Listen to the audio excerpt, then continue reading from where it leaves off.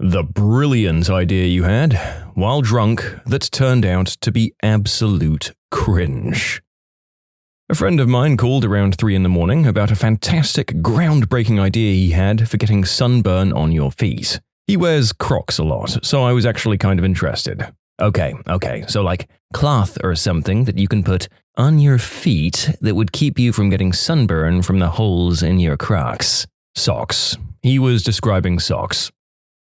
To have a fast food spot that sold frozen meals already cooked. Like you can order a heated-up Hot Pocket, toaster strudel, chicken pot pie, or whatever you like. That would be called Applebee's. Whilst on the wacky tobacco, I came up with the idea of making pens with white ink that would cover up any mistakes on white paper. Then I realized not only had it been done already, but I had one in my backpack next to where I keep the pen I used to write down the idea. I came up with that one in kindergarten. My mom told me about whiteout. I wanted to write them, demanding partial credit because I hadn't heard of it, so I'd had the idea too. Mom said we were out of postage stamps. While dropping what I thought was A, and turned out to be a 25N bohm, I was beyond confident that I'd not only finally understood the truest, deepest secrets of the universe, but that I'd distilled the idea into an image that could be drawn out. I was certain that with that image I could remember everything about the true universal secrets when I came down. The next day I looked at the paper and it was a line with a circle on each end, kind of like a dumbbell. I have no idea what it means. While smoking the wacky tobacco with some friends, I came up with the idea for a restaurant. I called it Pound Town. The idea was that all of our specials would be centered around a pound, like 16-ounce steaks and things like that. Our signature desserts would incorporate pound cake. You get the idea. I even had the idea for the commercial. It would start off with a kid in his late teens walking up and knocking on somebody's front door. He suddenly stiffens up when an older man opens the door. Hi sir, I'm here to pick up Jenny. Oh, you must be Zach, the guy says somewhat sternly. Jenny's still getting ready. Come inside, she'll just be another minute. They both sit down in the living room and an awkward silence falls between them as the father eyes the young man suspiciously.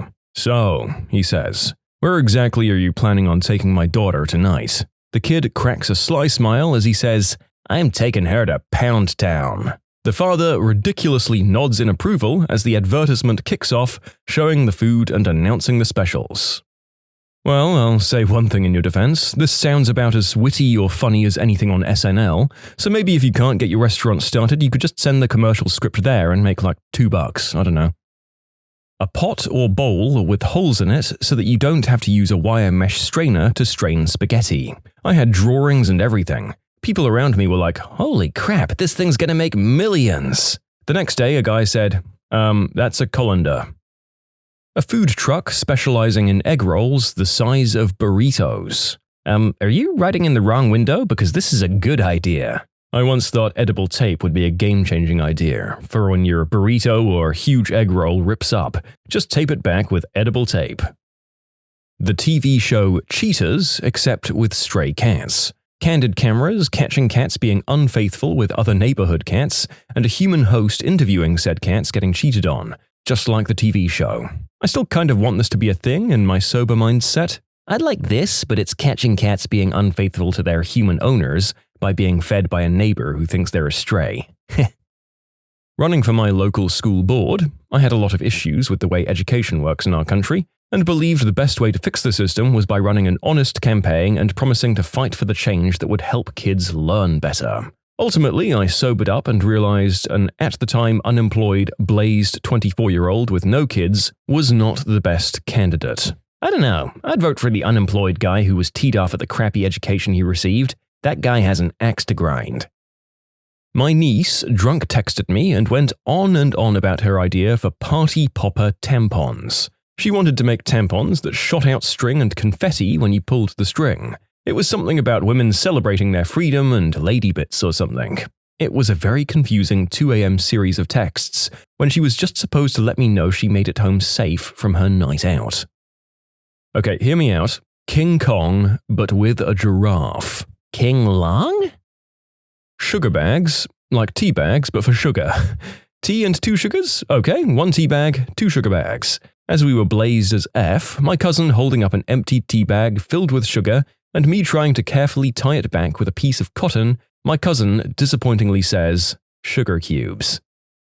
I got real blazed one time and thought of a great business idea where everyone pays money to a pot and one person wins it all.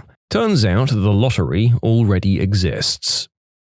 I thought it would be practical if you have a tag with your address written on it attached to your keys, so if you ever lost them, they could be sent back. It seemed brilliant to me. Thieves might enjoy the idea as well. I mean, my bank does something cool that solves that problem. A keychain with a dog tag that has a specific code that the bank registers to your address. If you lose your keys, anyone who sees them can throw them in a mailbox and they'll be sent back to you.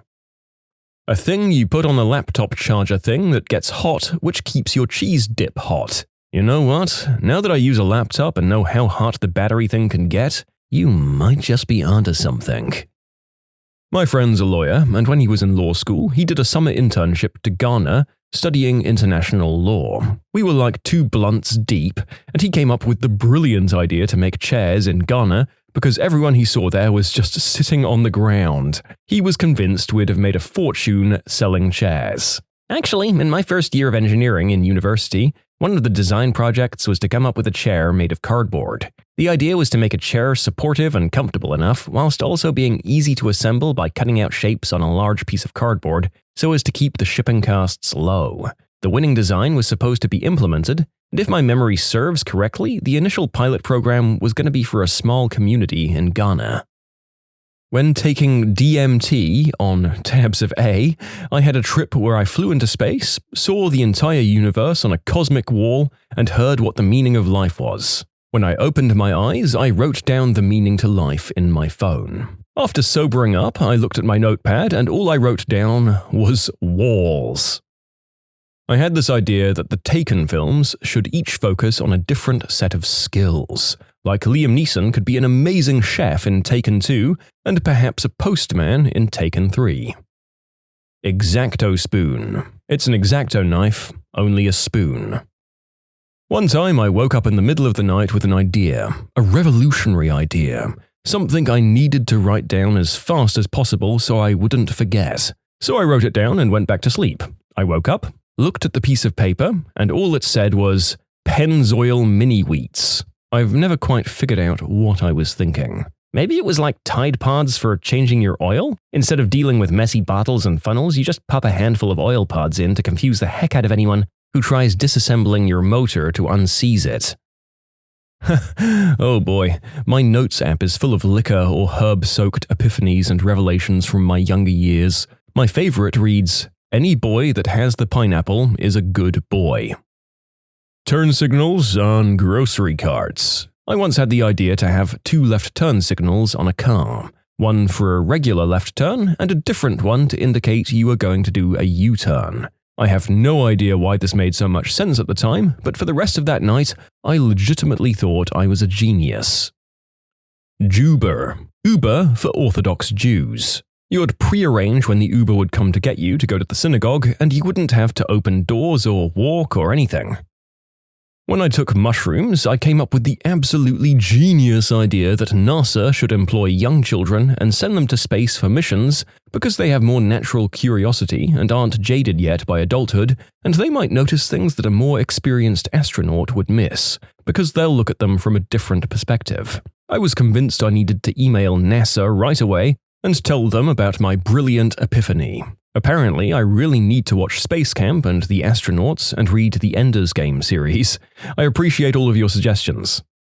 I mean, sure, let's just round up a bunch of kids and send them into space and see what happens. No ethical dilemmas there that I can see. I'll ask my friend if his newborn might be up for that in a few years. Probably only a 2 out of 10 chance of being told to F off, right? I had this idea for a movie in a similar vein of Cabin in the Woods, where these people move into that haunted house, except the plot is from the antagonist's perspective, where the ghosts haunting the house treat it like a job, and have interviews in front of a camera, reality show style, venting about how tedious the little aspects of the job are. The premise was that this ghost had reluctantly picked up and followed this family to this new house in order to keep haunting them, and inadvertently stepped on another ghost's jurisdiction, and they'd bicker about who haunts who, and antics ensue. I realize now that this is more or less just what we do in the shadows. Damn you, Taika. My grand idea was to put caramelized onions in my hamburger helper. I mean, yes, it was good, but not as mind-blowing as I thought it would be when I was high as a kite. You can submit your own stories to be featured here on the channel. The story submission link is in the description below. Don't forget to subscribe to Am I the Genius? Got really medicated and had the sudden realization that things that are lighter than air are the things that float.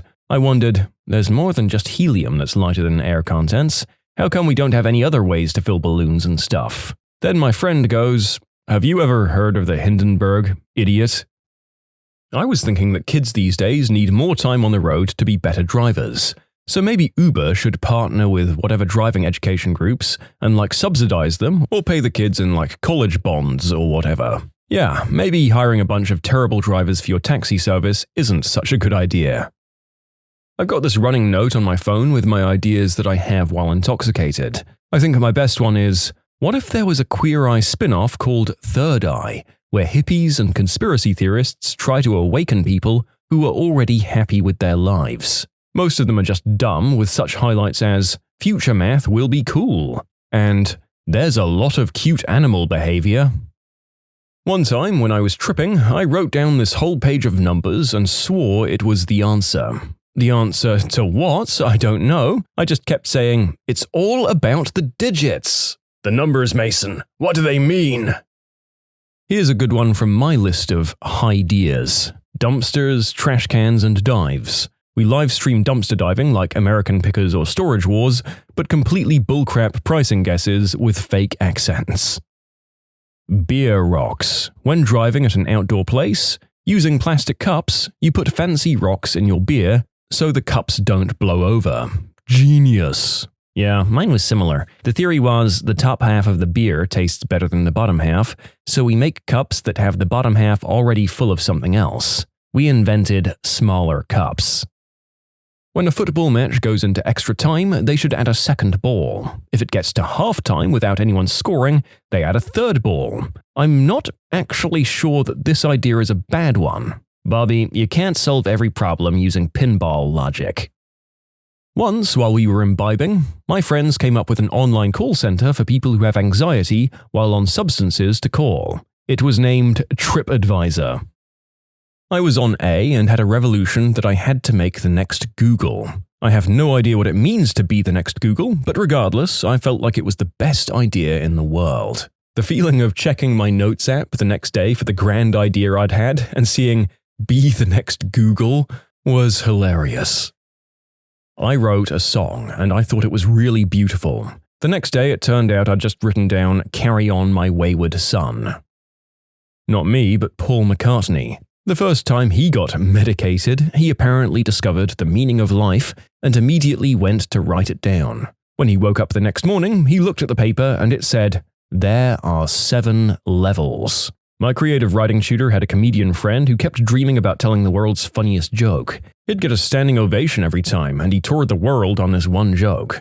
But when he woke up, he could never remember it. One night, he kept a notepad next to his bed, woke from the dream, and scribbled down the joke. Got up the next morning, looked at the page, and it said, "I am a hammer." Pre-melted cheese. Okay, I feel the need to clarify as people are saying nacho cheese or Velveeta or Cheese Whiz. I was real baked. My idea was pre-melted cheese, like a boil-on-the-bag rice, but for cheese. Like a block of cheddar cheese in a sandwich bag and you boil it till it's molten, and then it stays molten? Like it doesn't solidify and you could just pour it on stuff. I mean, come on, I was so blazed I literally forgot all of the aforementioned products existed, and I thought I was going to be a frickin' millionaire. Then I started to talk with my friends about where I should live, be it LA or New York, in a penthouse suite, if I should have a butler and maids and stuff. Then I came to after passing out at some point, and I remembered the entire conversation and think, holy frickin' God, I'm a frickin' moron. I always felt free throws in basketball slowed the game down too much. I felt instead they should have dunks instead, where the player that was fouled has a running start from the three-point line, and the one who committed the foul is at the basket defending against the dunk. I see now that this could turn into an endless loop of fouling. Myself and 2 friends were extremely baked and very hungry, We put all of our money together and said that we'd buy the most amount of food for the amount of money we had gathered. We had a total of £16. So our thought process was we could order 16 portions of chips. That's French fries for you Americans. We had to call the takeaway 3 times before they'd finally believed that it wasn't a prank. We convinced them we were throwing a party. The takeaway finally delivered it, and myself and my other friend were too out of it to go to the door, so we made friend number 3 go by himself. All of the lights were off and there was no music playing, so the delivery driver delivered 16 portions of chips to one man alone from his perspective. Needless to say, 16 portions of chips is too much food between 3 people. I ran upstairs and yelled at my husband, "Why don't they make mittens but for feet?" And he said, "You mean socks?" And I said, "Oh yeah, socks." This makes me think of the German word for gloves, Handschuh, which literally translates to hand shoes. You're basically reverse engineering the German language. I mean, this is the second time someone's tried to invent socks by my reckoning. Are these people just mostly sandal wearers? Or how do they think that cloth for our feet isn't already a thing? Once, while thoroughly drunk, I ordered a pizza and it arrived overcooked. The crust was like dried asphalt, and the toppings blackened and singed. So I pitched the idea to my other drunk buddies that pizza places should let their customers control the pizza ovens through the internet, so that we could decide when it was done, which then led to an entire design-your-own-pizza machine and website combo, where one could control exactly how much of each ingredient to add using robotic arms, and you could watch it cook live through an oven cam. It seemed brilliant at the time. Cardboard boxes for kitty litter that open on the side like origami forms a litter box for the cats. At the end of the week, you fold it all up, throw it away, and then open a new one. So much cardboard waste because it would have to be treated to be water resistant on the inside, and it would be completely unrecyclable afterwards. One of my philosophy professors told a joke about a philosopher having a dream in which he met Socrates, but quickly saw the proper rebuttal to his views, which Socrates conceded. Then he met Aristotle and Descartes and Kant and Nietzsche and Mill, and with each of them presented his contrary position successfully. He knew he was dreaming, but he thought, "I have to wake up enough to write this down." He managed to become conscious enough that he quickly scrawled the words down on some paper and then fell asleep again. The next morning he woke up, remembered what had happened, and excitedly grabbed the note. It read, "Yeah, well that's what you say." Oh god, I did something similar. I was having a dream where I felt like the secrets of the universe were being revealed to me, and I'd gained some irreplaceable piece of wisdom that could change my life forever. I woke up in my half-asleep, blurry sleepiness and grabbed my phone, opened my notes app to write down this critical knowledge, and in the morning I vaguely remembered the dream, convinced that there was a notes app that would be the key to life and the universe. All it said was, "The age of the worm shop is infinite." When I was in high school, after a lengthy hotbox one evening, I came up with the reverse candle, which would consume carbon dioxide and produce oxygen while also providing shade. Everyone truly thought that it was a good idea, so we wrote it out on a piece of paper so we wouldn't forget. Later, the next day, I realized we had invented trees. See, this is the kind of insight substances could give you though. Before now, I would never have considered how a candle could be the opposite of a tree, but now it makes perfect sense. I don't drink or smoke, but a friend of mine was drunk and picked up a guitar, started playing, and thought he wrote the song Walk by Pantera. Usually, I make big plans that cost a lot of money and then promise sober people that we'll do them. So, they start to look forward to the plans. I sober up and regret all of my decisions, yet still have to follow through. Most recent was that I promised my sister that I'd bring my daughter to visit her in Florida. $2,000 later, I have sunburn. You should always do sober what you said you'd do drunk. That will teach you to keep your mouth shut. Ernest Hemingway. My wife and I got this genius idea after smoking a fatty to create the next big hit in the snack world. Cup crepes. A cupcake made from mini crepes stacked on top of each other, topped with whipped cream and strawberries. I was pretty medicated on green herb. I made some killer mac and cheese and I saw that I had some bacon, so I cooked up the bacon and cut it into small pieces and put it on the mac and cheese. It was so goddamn heavenly that I forgot that bacon bits and bacon bits on mac and cheese already existed. In my fit of excitement, I texted my friend my totally brand new, never-done-before creation, and was told that it was already a thing, and that in fact it might be more common to have it this way than without. Doctors expose the shocking signs that somebody is totally faking it. My ICU attending has a great story about caring for a stroke patient during his fellowship. The stroke patient was a frequent flyer, and despite everyone knowing she was faking her paralysis, she still received care. Until one day, when he was really fatigued, he was told by a nurse that this patient was being rude and refusing therapy. So he walked into the patient's room and said, "Miss Blank, this is absurd. I know you're faking your paralysis, everyone knows you're faking, and we're all sick of this." And he left. And wouldn't you know it, the patient walked out AMA. To clarify, AMA is against medical advice. And to address the people who asked if her leaving is even considered against medical advice if she wasn't paralyzed, the answer is yes. She was admitted to the hospital under the care of physicians and left without being properly discharged, which, strictly speaking, is AMA. I'm a paramedic. Tons of calls to the jail for inmates with seizures. I just lift their arms over their face and let it go. They'll move it to prevent hitting their face, or I'll lightly brush their eyelashes and they'll twitch to it. Dude, I worked at the jail as a detention officer. We really hate having to call you guys when we know that people are faking because we do the same things. But the nurse oftentimes doesn't want to take any flack and just makes the call anyway. Sorry for wasting your time.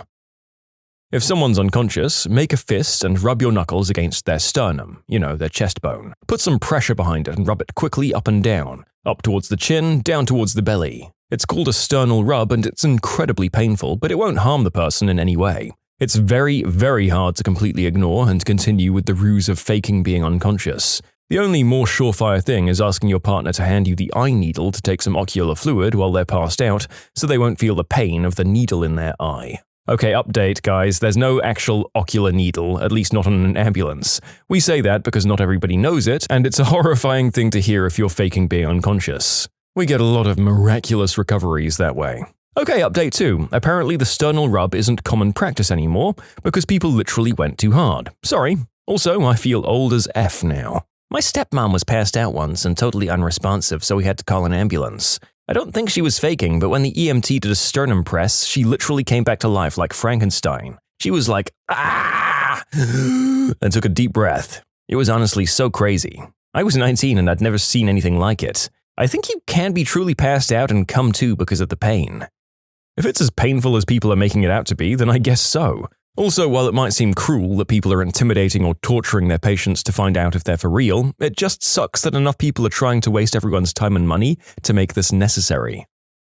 A nurse thought I was faking that I couldn't swallow when I woke up from jaw surgery. When I came out of the surgery and was panicking, telling them I couldn't swallow my own saliva, the nurse just told me, "Yes, you can. This surgery wouldn't have anything to do with your ability to swallow." I could also barely speak and started crying and pleading with her to believe me. I ended up having cranial nerve damage that paralyzed half of my tongue, trachea, esophagus, and vocal cords. It took 8 months to heal. I drank thickened water, which is as gross as it sounds, for 8 months. Having a healthcare professional not believe you during trauma is absolutely scarring. The nurse was the only one who didn't believe me, by the way. My surgeon absolutely did. It was scary though because he actually looked frightened when he finally came in to examine me like he had never seen this before. You can be faking being alright too. I had a tooth kicked out, mouth filled with blood and was swelling. I'd stuck a tissue in there to try to stop the blood. I was presented to the triage at the dental hospital. I'm dribbling blood as I talk. She asks me if it hurts and I said, "A little bit." She looked at me dead in the eye and said, "One of the many things we triage on is pain." Gotcha. Good nurse. I changed tack to, "It hurts like a mother fricker. I've literally been kicked in the face." "Ah, thanks for that." Notes were taken and I was patched up and out of there within an hour. If someone's truly unconscious, their thumb always wiggles. Just say that out loud to yourself near the patient. That's like when I hear moms say, "I always know when you're lying because your ears turn red when you lie." The kids then begin to cover up their ears whenever they lie. Nurse here, I had a teenager take too much Zoloft and start having strange seizure-like episodes. What made them particularly strange is that they all followed a predictable pattern of onset. First, he'd lower the bed, next he'd turn the TV volume down, and finally he'd check to see if I was nearby. There was pretty severe thrashing about without any abnormalities in breathing, heart rate, pupils, and he was still able to communicate with me throughout the entire episode. Unsurprisingly, EEG also failed to show any abnormalities.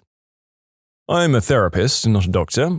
For some reason, adolescents like faking DID, also formerly known as multiple personality disorder. It's a pretty rare and debated diagnosis in our field. I've seen people fake it by mimicking how it's portrayed in movies and on TV. Red flags are them telling you, I have multiple personality disorder, and of course not meeting the actual diagnostic criteria. Some people feel like the common diagnoses aren't big or special enough to accurately represent their struggles, so they cosplay something worse. Whatever you're working through is a big deal to us. If you feel like you have to fake or exaggerate your symptoms for your therapist, consider finding a different therapist. If you don't feel like you can be authentic with your therapist, continue searching until you find a therapist you feel comfortable with. Sometimes it's just not a good fit. It happens. You're not obligated to continue seeing a therapist you don't feel comfortable with. If you feel like you need to fake or exaggerate something to be taken seriously by a therapist, it's not a good fit. Continue searching until you find someone who takes you seriously. Also, I'm not a solid resource for DID information. It's not a common diagnosis, and my experience with it has been extremely limited.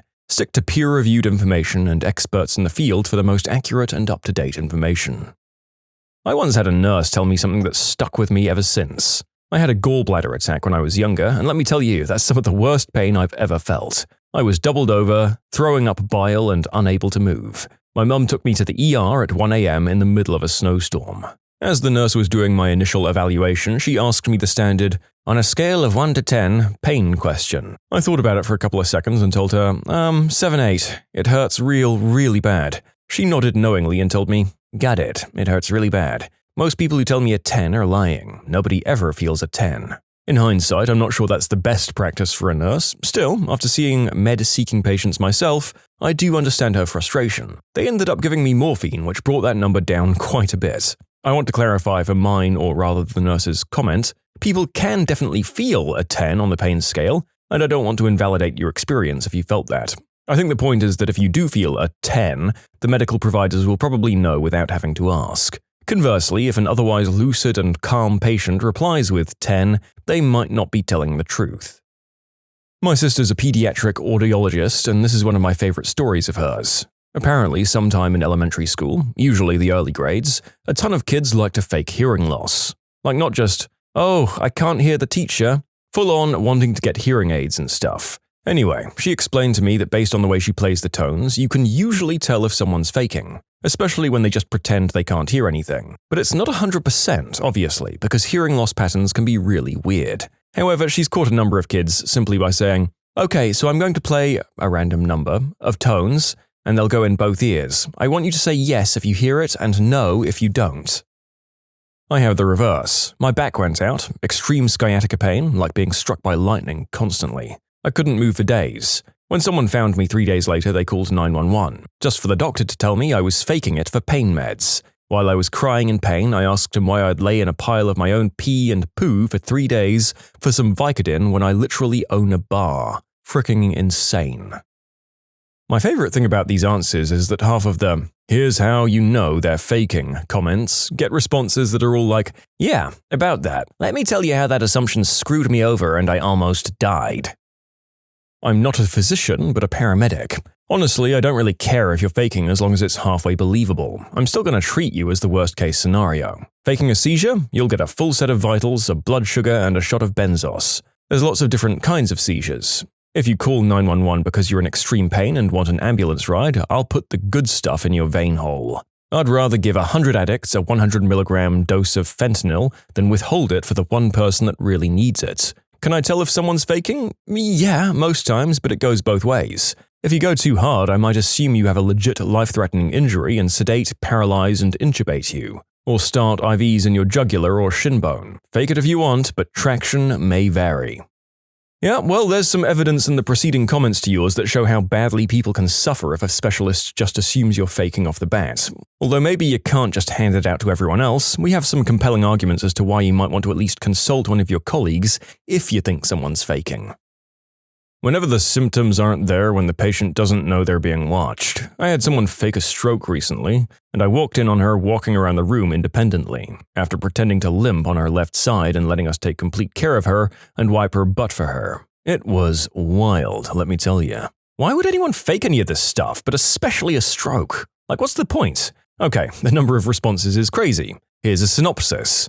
Munchausen syndrome or factitious disorder, attention or sympathy seekers, loneliness, homeless people wanting a warm bed, getting out of jail or schoolwork or malingering, insurance fraud or welfare fraud, disability money, they don't want to work, narcissistic personality disorder, to get meds, amplified musculoskeletal pain syndrome, general mental illness, being weirdly into people looking after you this way, hypochondria, and the one person who wrote in to say, "Women will do anything to get out of working." Ugh. You can submit your own stories to be featured here on the channel. The story submission link is in the description below. Don't forget to subscribe to Am I the Genius? I'm a nurse on a floor that deals with a lot of chronic and acute pain patients. Most recent instance was this lady from a few weeks ago that was apparently splitting the oxycodone we were giving her in half in her mouth, and then when the nurses' backs were turned, she had stuffed it in a pill jar. A night nurse caught her in the act, and all of her stuff had to be searched. We found 20 half tablets of oxycodone she had been stashing. She told us she was saving them for her family in case they need them, because it's just so hard to get an oxycodone prescription these days. I had her a few days after that, and she was having some abdominal pain. The stat x-ray showed only gas. She just really needed to toot. But she was screaming, claiming it was a 10, and making a huge frickin' scene. She demanded Dilaudid through her IV, and she wanted it to be pushed fast. Huge red flag right there. She wanted the high, not the relief. The doc straight up said he wouldn't give her Dilaudid because she was already on so many opiates. She then demanded lorazepam, still through her IV of course. The doctor was like, fine, whatever, just one time and only a low-end dose. I was flushing her IV with normal saline first to make sure her IV was patent, and she leans back and is like, oh yeah, that's so much better already. I hadn't even given her the lorazepam yet. Doctors often think my family is faking. For an unknown reason, when there's something wrong with our organs, our white blood cell count doesn't go up. My younger sister got appendicitis when she was in her early teens. Crying from the pain, but the blood work showed nothing was amiss. If it hadn't been for other tests and my dad's insistence upon them, she might not have been treated in time. So they open her up and, surprise, a gross appendix that was close to bursting. My dad insisted because of an operation he had just had to remove his gallbladder. He was in so much pain that he had been throwing up and could hardly walk. It had been building up for a while and he was pretty sure what it was. He went to the doctor, but blood work showed his white count was normal. My dad had to scream in agony on their table for ages before they finally gave in and took him into surgery. They went in and saw a perfectly healthy-looking gallbladder. They pulled it out, cut it open, and what looks like dry sand spills out. Deformed trypsin protein chains. We learned later that it had completely stopped working and totally filled with these protein chains. They estimated that it hadn't functioned for years. It was removed before it started killing my dad in earnest. So yeah, people fake it, people lie, but you should double-check just in case. We learned this when Dad was diagnosed with a rare genetic disorder called alpha-1 antitrypsin FM phenotype. It's not fun. His lungs and liver deteriorate over time because of incorrectly shaped proteins getting stuck in his liver cells and not making it to the lungs, to put it simply. And yes, my dad is being studied. Every time he gets a biopsy, doctors gather data because his phenotype is so rare. I got a call from my son's nurse when he was in 2nd grade, and the conversation went like this. The nurse said, sounding upbeat and cheerful, "Your son wants to tell you his terrible news." The son gets on the phone and says, "Hi, Mom, I cut my finger off." I asked him, "All right, where's your finger now?" "I put it back on." "Can I talk to the nurse, sweetie?" The nurse gets on the phone again and says, "It sounds serious, right?" And I asked, "Does he have a substitute teacher today?" "Ah, yes, of course he does." I told the nurse to let him know that I'd take him to the hospital for a shot to his finger, to which he says, "I think it's okay, I glued it on real good." The nurse kept him in the office for a bit to talk about scary changes in the classroom. I don't know why anyone would want to fake anything medical, unconsciousness in particular. I got a compound fracture recently and called 911 on myself and was put on hold. Fun stuff. But I got through and asked them to send help. The operator was actually a complete baddie and kept asking me questions to keep me conscious. The ambulance folks arrive, casually got out of the ambulance, walked up to me and then saw the bones sticking out of my body and said, quote, "Oh, you're actually hurt." "Yeah, did you think I called 911 because I spilled some lemonade?" Then it occurred to me that most of their calls must be complete horse crap. But to cause me even more confusion, I received close to a $2,000 bill for the privilege of actual help and the ride to the hospital. That ludicrous bill is no fault of the EMS. I'm very much appreciative of their existence and they don't get nearly enough credit. But the best part of receiving that bill? The ambulance ride was roughly $1,850. The fentanyl they gave me was $2.15. Okay, the inverse of this question. What can somebody do if they're not faking it, but for whatever reason they have multiple doctors insist they are faking it? But by never telling the patient they're faking it, nothing is ever resolved and it drags on for months and months. My primary care doctors recommended my current OB-GYN after my original ignored me saying I'd been bleeding down there for over a month and was in such extreme pain I could barely get out of bed. Within 5 minutes of talking to my new doctor, he told me he thought I might have endometriosis and we booked the surgery. Turned out I had a pretty severe case of it and PCOS with my left ovary being the same size as my uterus and was at risk of bursting. So glad I finally had a doctor take me seriously after a decade. Yeah, we seem to have exhausted a lot of our answers from the actual professionals early on, but stories like this are still useful. If you know that you're in a bad way and not getting the help you need, it might be possible and necessary to go get someone else less jaded. And maybe they can give you a note or something to give to your usual providers if you don't switch entirely. When I had a stroke 10 months ago, my biggest fear was that I was somehow faking it and the ambulance ride was a sham and why I was doing it. No, turns out I was having a stroke. I was so worried about being a faker, although I've never done that before. Just a really odd mental state. Brief note for all the student doctors out there, people can pass stroke field tests and still be having a stroke. I could do everything on the field while I had a clot in my brain, verified by CT and MRI, except I couldn't stop throwing up. Good times. You should be aware that sometimes stuff just doesn't look like you think it should. I am in the middle of being treated like I'm faking, and it's really frustrating. I had a tool slip at work and hit me in the eye and forehead. Knocked me out for a second and I lost sight in my eye. An hour later, I started getting my sight back, but it hasn't fully come back. It's been months now. 2 things I got diagnosed were ocular migraines and vitreous detachment, and a concussion, but none of those things explain why my vision is still blurry in my right eye. Except the vitreous detachment, which causes floaters, but my issue is like blurry vision, like I have Vaseline in my eye. But doctors keep telling me that I'm fine, that I need to go back to work. One doctor told me to think about the economy, and that I was lucky to have a job right now. So I quit my job. I still want to see out of my right eye, but none of these doctors are taking me seriously. God, I got the same kind of crap from my psychiatrist one time. I can't give you any meds unless it's affecting your job. I don't have a job because I can't work. Well, it's not affecting your job since you don't have one. Frickin' bullcrap. When a doctor tells you about the economy, you should find a new doctor. I went to emergency once with intense chest pain. The young new doctor that I saw first listened to my chest and immediately concluded that I had pericarditis. But the supervising doctor decided I was faking it for meds for some reason. The next morning, I woke up to a psychologist in my room asking all sorts of random crap when an orderly interrupted because the ultrasound guy was in and wanted to see me first thing. I think after talking to the first doctor I saw. Turns out I had pericarditis and myocarditis, and the guy wheeled me out himself and told them to order an ambulance to take me to a hospital with a cardiac clinic. Look, you know they're faking when most of their story or description or exam doesn't make any sense. There are usually things that contradict each other. Abdominal pain is generally easy to tell when people are faking. For example, I'll press my stethoscope instead of just listening. They don't respond to that pressure, but will when I use my hands instead.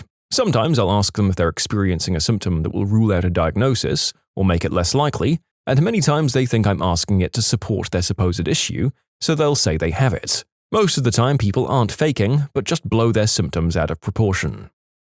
Still some time in officially becoming a doctor, but I've been taught what to watch out for. Doctors expect symptoms from you, not signs. People who Google diseases often tell signs that they shouldn't be aware of. Some other clues include refusing blood work, exaggerating your condition, description not matching their history, and if it happens around public holidays or long weekends, suspicion is always increased. As a patient, it's apparently very sus if you say you don't want an oxy script. I had the same stuff happen. The doctor started filling one out for me and I told him not to bother since I wouldn't fill it. He got annoyed and said he wouldn't prescribe anything stronger. I got annoyed and said I didn't ask for anything stronger. For messed up reasons, oxy or hydro or codeine just don't work for me. Advil literally does more for me than any of those, so I'll just take an ibuprofen. But apparently the way I phrased that made the doctor think that I was asking for better meds instead of explaining that I'm just not going to bother with the worthless ones that they default to. Hey guys, I just want to remind everyone to be careful here. Patients lie, that's true, but it's important to remember that in the US there's a massive level of discrimination and lowered standards of care for many patients due to the staff's perception. Be very cautious. Thinking that somebody's faking when they're really not can lead to serious consequences for both staff and patients. I had a 360 testicular torsion, and a doctor thought I just had some inflamed glands due to my reactions. Luckily, I came back after they sent me home, or I would have lost my ball. I just wanted to point out that there are many types of seizures, and there's a bit of stigma surrounding people who have them. Some people have focal aware seizures and will be able to respond and control their limbs during the episode. It's dangerous to assume that somebody's faking just because they aren't experiencing a seizure like how you expect seizures to look. I once had a patient with appendicitis. Every time I prodded him, to check whether he actually had it or not, it would be pain in different spots. Soon it got to a point where wherever I prodded him, he screamed like a stuck pig. I mean, that's a dead giveaway sign that someone's faking. You know, I'm looking at these other answers and hoping my doctor doesn't think I'm crazy. I've been recovering from long-haul COVID and it makes it seem like I want meds, but in reality, I just want answers. Pizza drivers confess the most disturbing places they've ever delivered to.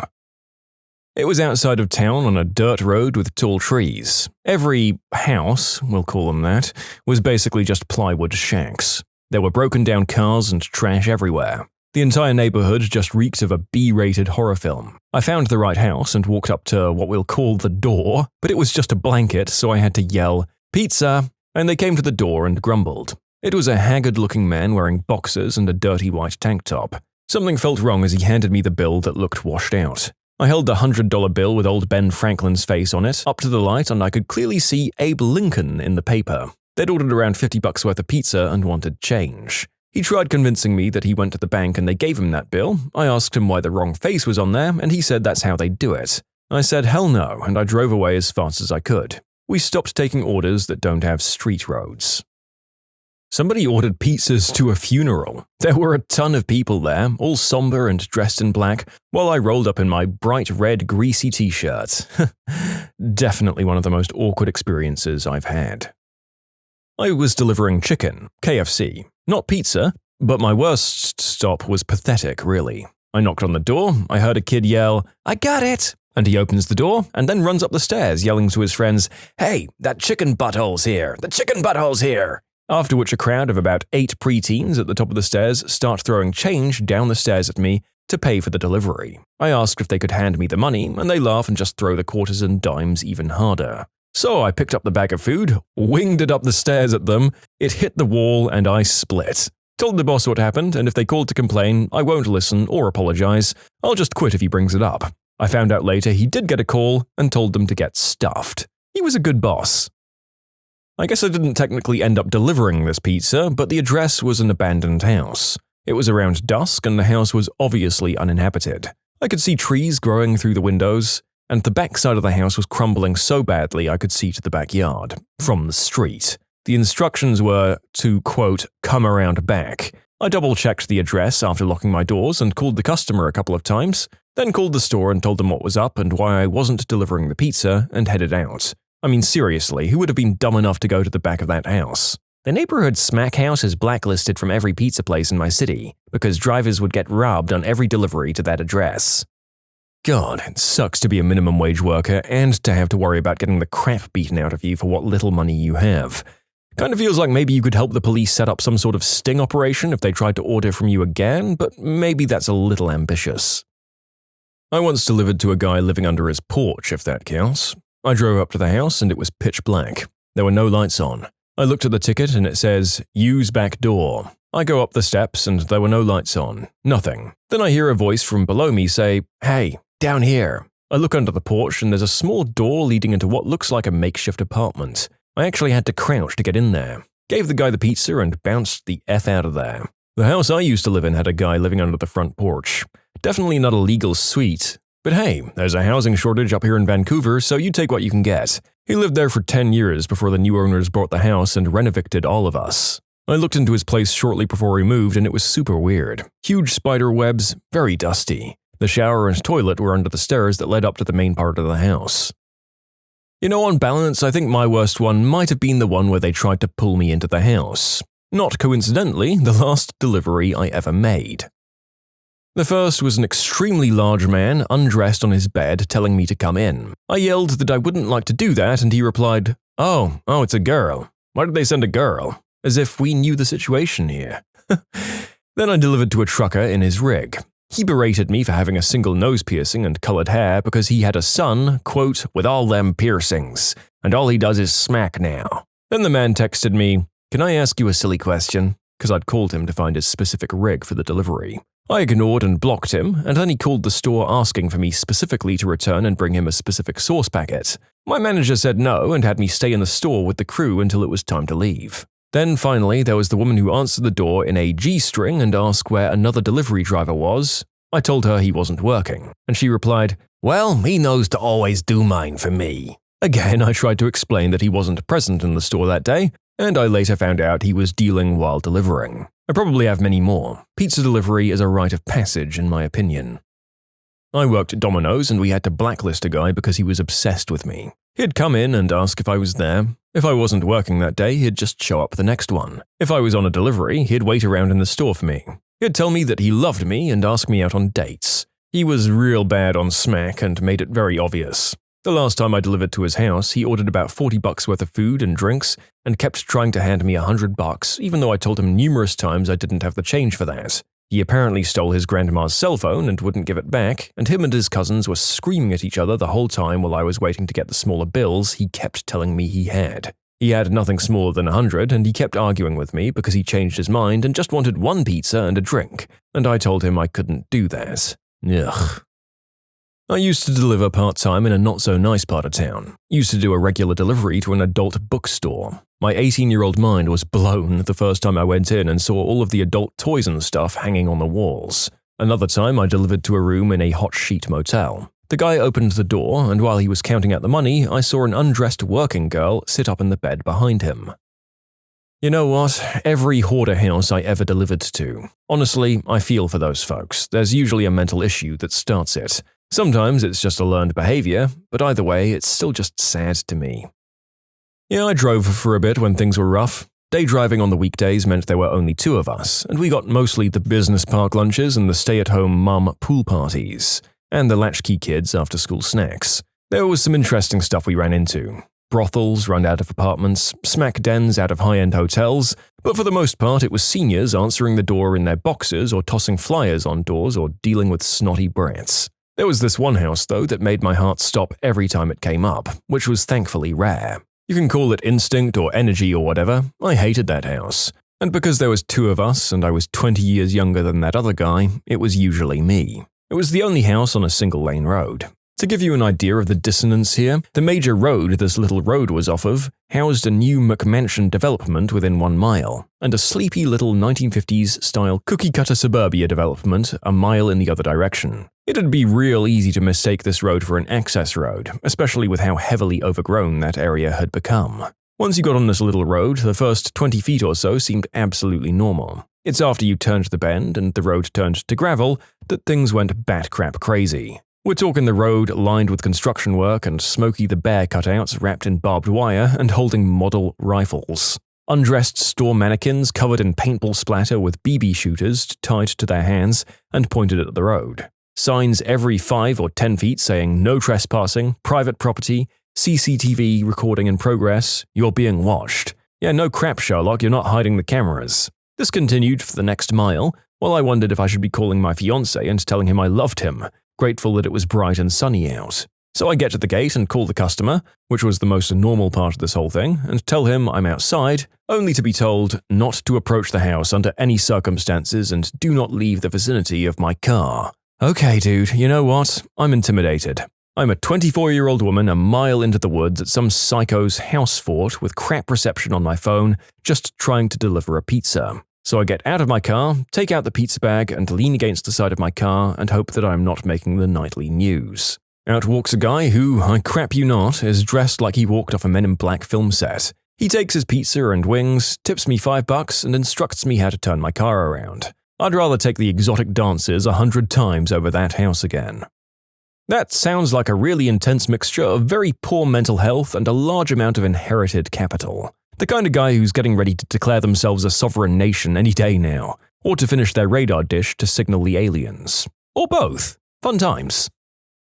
Honestly, funnest job I ever had, but man, the crap I saw and went through. The most screwed up delivery had to be when a woman answered with a huge, beautiful Siamese cat. I love that breed, so I asked if I could pet him. She says yes, and I bend down. The cat purrs, rubs against me, all the usual signs of liking it, so I stand up to finish giving this lady her pizza, and the cat lunges and bites me above my right eye and wraps all 4 limbs around my head. Panic. Freeze. What the frick do I do? What the frick is going on? Why isn't this lady helping me? I grab this demon cat from hell by the front legs and just rip him the F off me. As I do, my contact lens pops off. All I can think is that it's the skin coming off my eyeball. I throw that motherfricker down and just freak out at the amount of blood that starts pouring out from my gash. The woman brings me into her house and puts a towel on it. I tell her she has to take me to the emergency room or call 911 as I can't see to drive myself. After all, it was her cat who attacked me. She drives me to a minor ER place, I get stitches and a tetanus shot,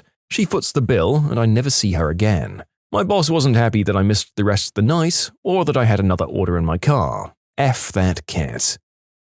You can submit your own stories to be featured here on the channel. The story submission link is in the description below. Don't forget to subscribe to Am I the Genius?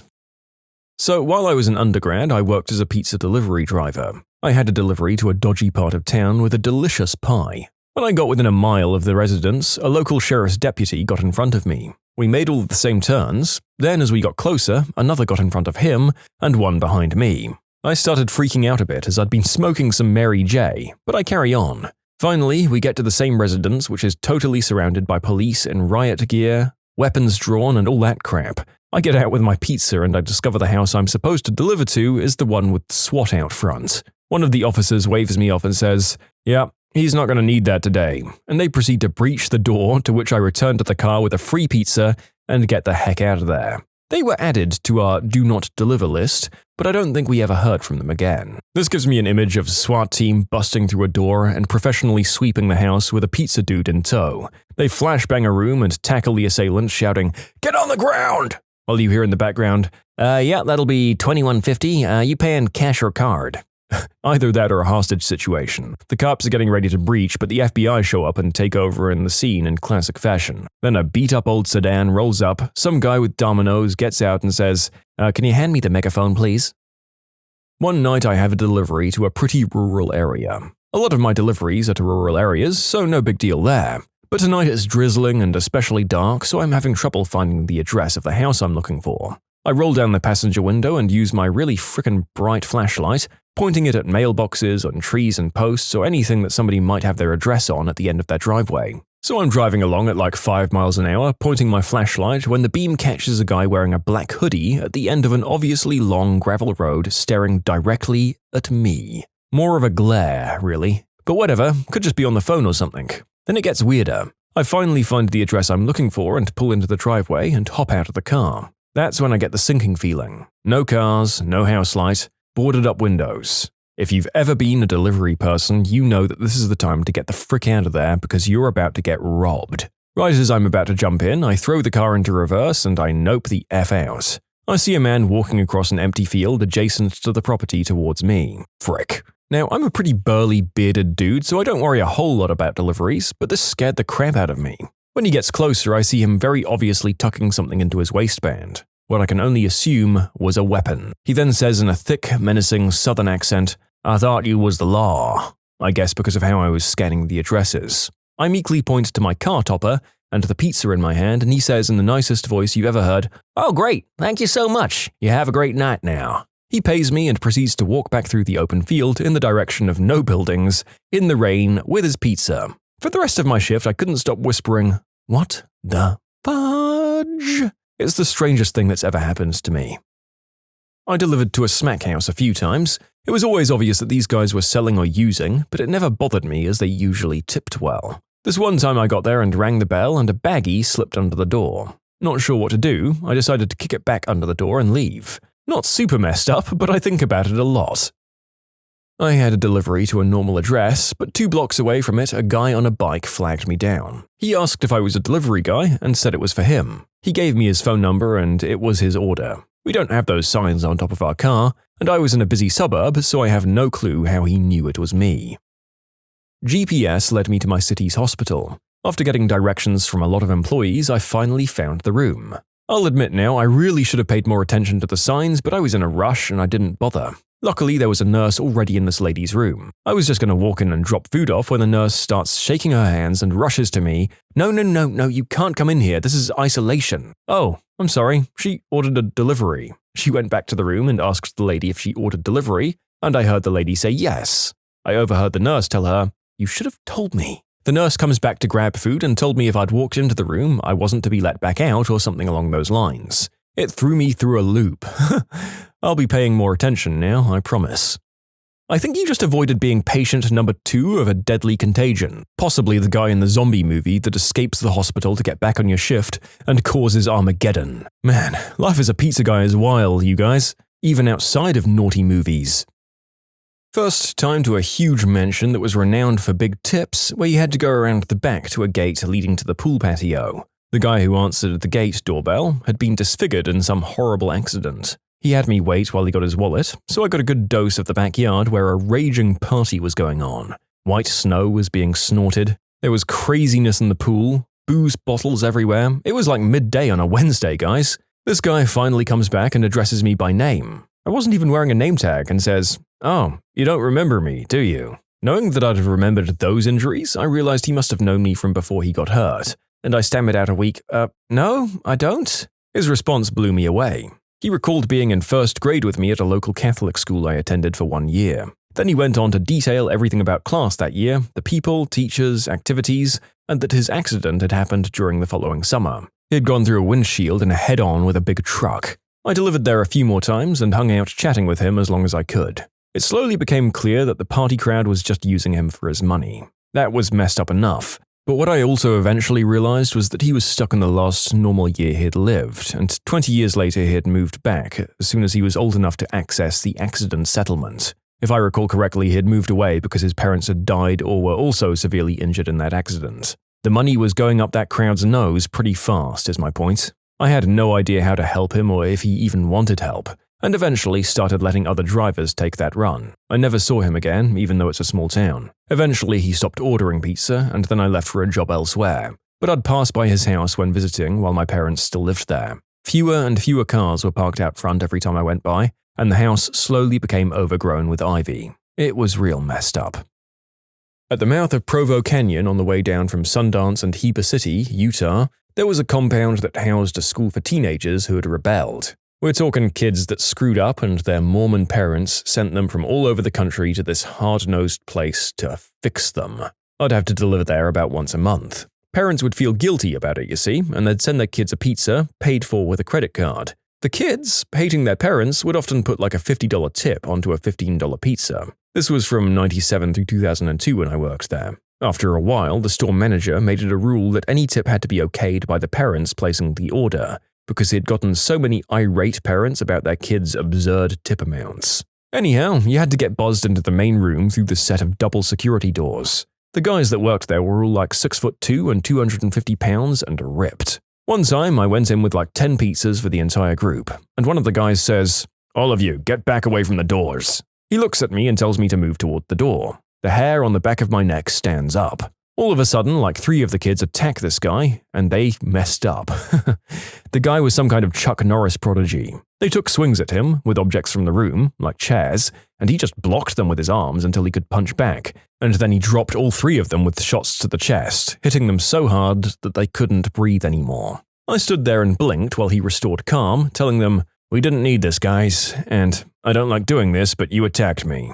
I'm here to help you, but if you use violence to get what you want, you'll have a very tough time here. I'm choosing not to call the police over this." I got out of there as fast as I could. Anyway, the place was effed up because of the violence and the whole concept of private jails for kids. Ooh, I've got 2 for you. You see, we had a regular that was saved in the computer as Mike from around the corner. Whenever I delivered it, he was super effed up. On more than one occasion, I had to let myself in because he was playing his drum set with his headphones on or completely messed up on booze or pills. One time, he was passed out and drooling on the coffee table. Called the cops, but he was okay. I saw him a year later at his day job and he didn't even know who I was. He was never sober when he delivered. The other one was a skinhead house in Huntington Beach. Big 4-bedroom, and the place was always crawling with these sad creeps. Always answered the door without shirts and displaying tattoos. Always a style. and they wouldn't tip unless you were white. I worked as a delivery driver for a very small Italian restaurant and pizzeria during my first semester of college. This one time I delivered pizza to a swingers party. When I was like, "Having a party?" He straight up told me that it wasn't the set of an adult movie or anything, because he'd ordered like 12 pizzas. He answered that this was his first swingers party and he just wanted to be sure everyone was having a good time. I delivered subs, but one of our regular clients was an old lady in a nursing home who thought it was the 1940s or something. She was super nice, but nobody would deliver to her because she'd only tip you like 25 cents, because, again, she was living in the past. But I loved to sit back and talk with her, so I always volunteered to do it. The nurses would pay the tip if they saw me, but usually I only got a quarter. Her delusional state was heartbreaking. She was for the most part lucid, aside from not realizing what year it was. She'd give me hair and makeup tips and loved to talk about men and always told me stories about her husband, but seemed unsure of where he was because she never mentioned him dying or if he visited. A church. $834 order I delivered solo in the rain. I hefted all of those pizzas for a good 30 minutes back and forth from my truck to the altar and got soaking wet, all for no tip. I drove to the customer's house and saw that a guy was being handcuffed by the police in the front yard. I had no idea what to do, so I drove around a neighboring block a few times, and when I came back, the police and handcuffed guy were gone. I didn't know if he was the customer or not, so I just walked up to the door and knocked. An old couple answered and took the pizza and paid and didn't say anything about the arrest that had happened on their lawn. It was a city with an extremely low crime rate as well, so it was very strange to 17-year-old me. Pirates became cute, so who's next? What today's villains will look like in 300 years. It's already true of Prohibition-era gangsters. Pretty much any criminal archetype that can be easily twisted to sticking it to the man will inevitably be romanticized. It's the Robin Hood effect. And next up on ABC Sports, it's the Tennessee Terror Fighters versus the Indianapolis Insurgents. Still pirates, with a splash of early 20th century American gangsters. I reckon modern gangsters from the hood are already that way. And pimps. Bloods and Crips type gang members, motorbike gangs. Heck, in like 500 years, the memory of people like the Third Reich, the Bolsheviks, and AQ will be such distant memories that people might like them. AQ is my shorthand for the people America was fighting in Afghanistan, for the purposes of this video. People dress up as Vikings for Halloween, and Attila the Hun was a good guy in Night at the Museum. I now really hope that we figure out either consciousness transfer or heads in a jar before I die, if for no reason other than to see the 500-year reboot of Night at the Museum with the leader of AQ as comic relief or the hero of the show. Terrifying space pirates. In 2003, we had Pirates of the Caribbean, The Curse of the Black Pearl, so in 2203, we might have Terror Fighters of the USA, The Curse of JetBlue Airlines. Pirates are still scary as fudge, to be honest. They just look different. Somalians on rubber boats with AKs and RPGs rather than Blackbeard. I remember seeing a restaurant kids menu with a pirate theme that said, "Yar, remember kids, a good pirate never takes something that doesn't belong to them." So, to them, a pirate is just a freelance sailor or something. Murderers and serial killers. In the future, they'll just be like, "Oh, we can just use the reviver, it's fine." Remember kids, a real murderer never kills. I mean, I'd say Putin, but he'll probably still be running Russia by that point. Considering we've been through the same thing with assassins, like originating with the Hashashiyin, poachers like Robin Hood, Old West outlaws, mobsters, hackers, graffiti artists, and parkour hooligans, my money is on people who sneak dogs into petless apartments. Japan and its army of mobile suits like the prototype they've already made to flip every country off.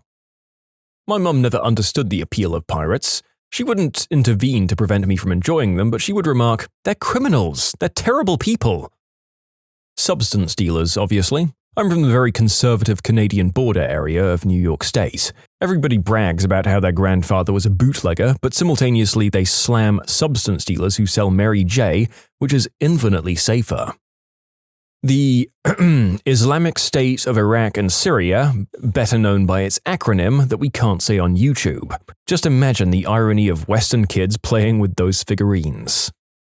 Yeah, this topic is gonna really be a test of our ability to get things past the algorithm, I can tell. Also, there's a lot of mentions of this particular organization, AQ and its leader. So, yeah, let's see me come up with a friendly renaming of that particular guy in a silly, fun YouTube style later when it happens. This job is whack, you guys. Cryptocurrency theft, but still wearing an eye patch. Mommy, I want to be a drone for Halloween. I mean, if anything, military drones will be even more widespread and prevalent in the future. They're just in their infancy right now. I mean, there's already a bunch of Third Reich games. Secret H word comes to mind.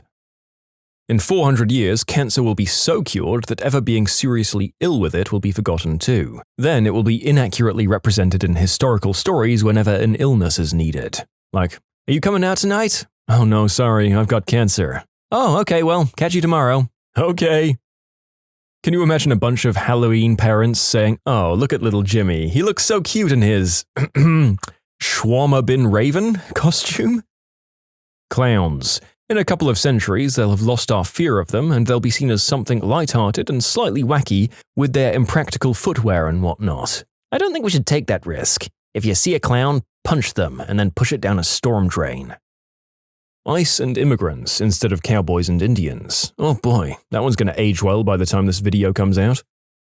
Coal miners, industrial food processors, and any other one of Micro's dirty jobs that we will have moved from transitioning away from those kinds of fuels and foods. I work in manufacturing, and automation is replacing more people than ever. There's a lady who spent the last 50 years punching serial numbers with a manual press. When she retires, we're replacing her position with a machine. Those sweet-paying factory gigs are a thing of the past. Exporting jobs to other countries will be in the past in the next few decades as well, I believe. I don't know if these will be viewed like pirates so much as they are like cowboys. The rugged coal miner in his iconic lantern hat, staring stoically over the mountains with his pickaxe, sweeping horn music playing in the background. America in the wild 2000s, back when men did jobs with their hands. Amazon warehouse workers. Hear me out. When robots have finally replaced them, then they'll get romanticized. Playsets, much like Cooking Kitchen or Play Store, with miniature packages to stack, label, and pack. Yar har fiddle-dee-dee, being a Q is all right to be. Topple the buildings of democracy, you are a Q. Gang members like the Italian mob or MS-13 or Mexican mafia. It's possible. The irony, though, is that we already remember pirates fondly because at least some pirate ships were more egalitarian than their legal counterparts. You were treated better by your peers on a pirate ship than on a privateer's crew. At least, that's what's commonly believed. It isn't true these days. These substance syndicates and gangs are just as ruthless as legal business corporations. The sole good thing that can be said about illegal organizations that can't be said about some legal ones is, I suppose, that they offer employment to people who would otherwise be complete outcasts. But that's not an artifact of them being good, it's a consequence of our society being so crappy. I think movies and books have an influence here. Fiction requires balanced characters, even amongst your antagonists. A bad guy with no redeeming qualities is lazy writing. But in the real world, people with no redeeming qualities exist. They're not even uncommon. I reckon Hell's Angels, or bikers in general, they're already kind of being diluted from predominantly or almost exclusively outlaw types into a subculture. People who ride the traditional Harley and Harley-like cruisers already often dress the part and try to give off the air of rebellion and counterculture while doing things like charitable events. We've had around 100 years of biker counterculture and gone from the progenitors to the subculture that I speak of. In another 200 to 300 years, I could easily see a Jack Sparrow kind of biker character.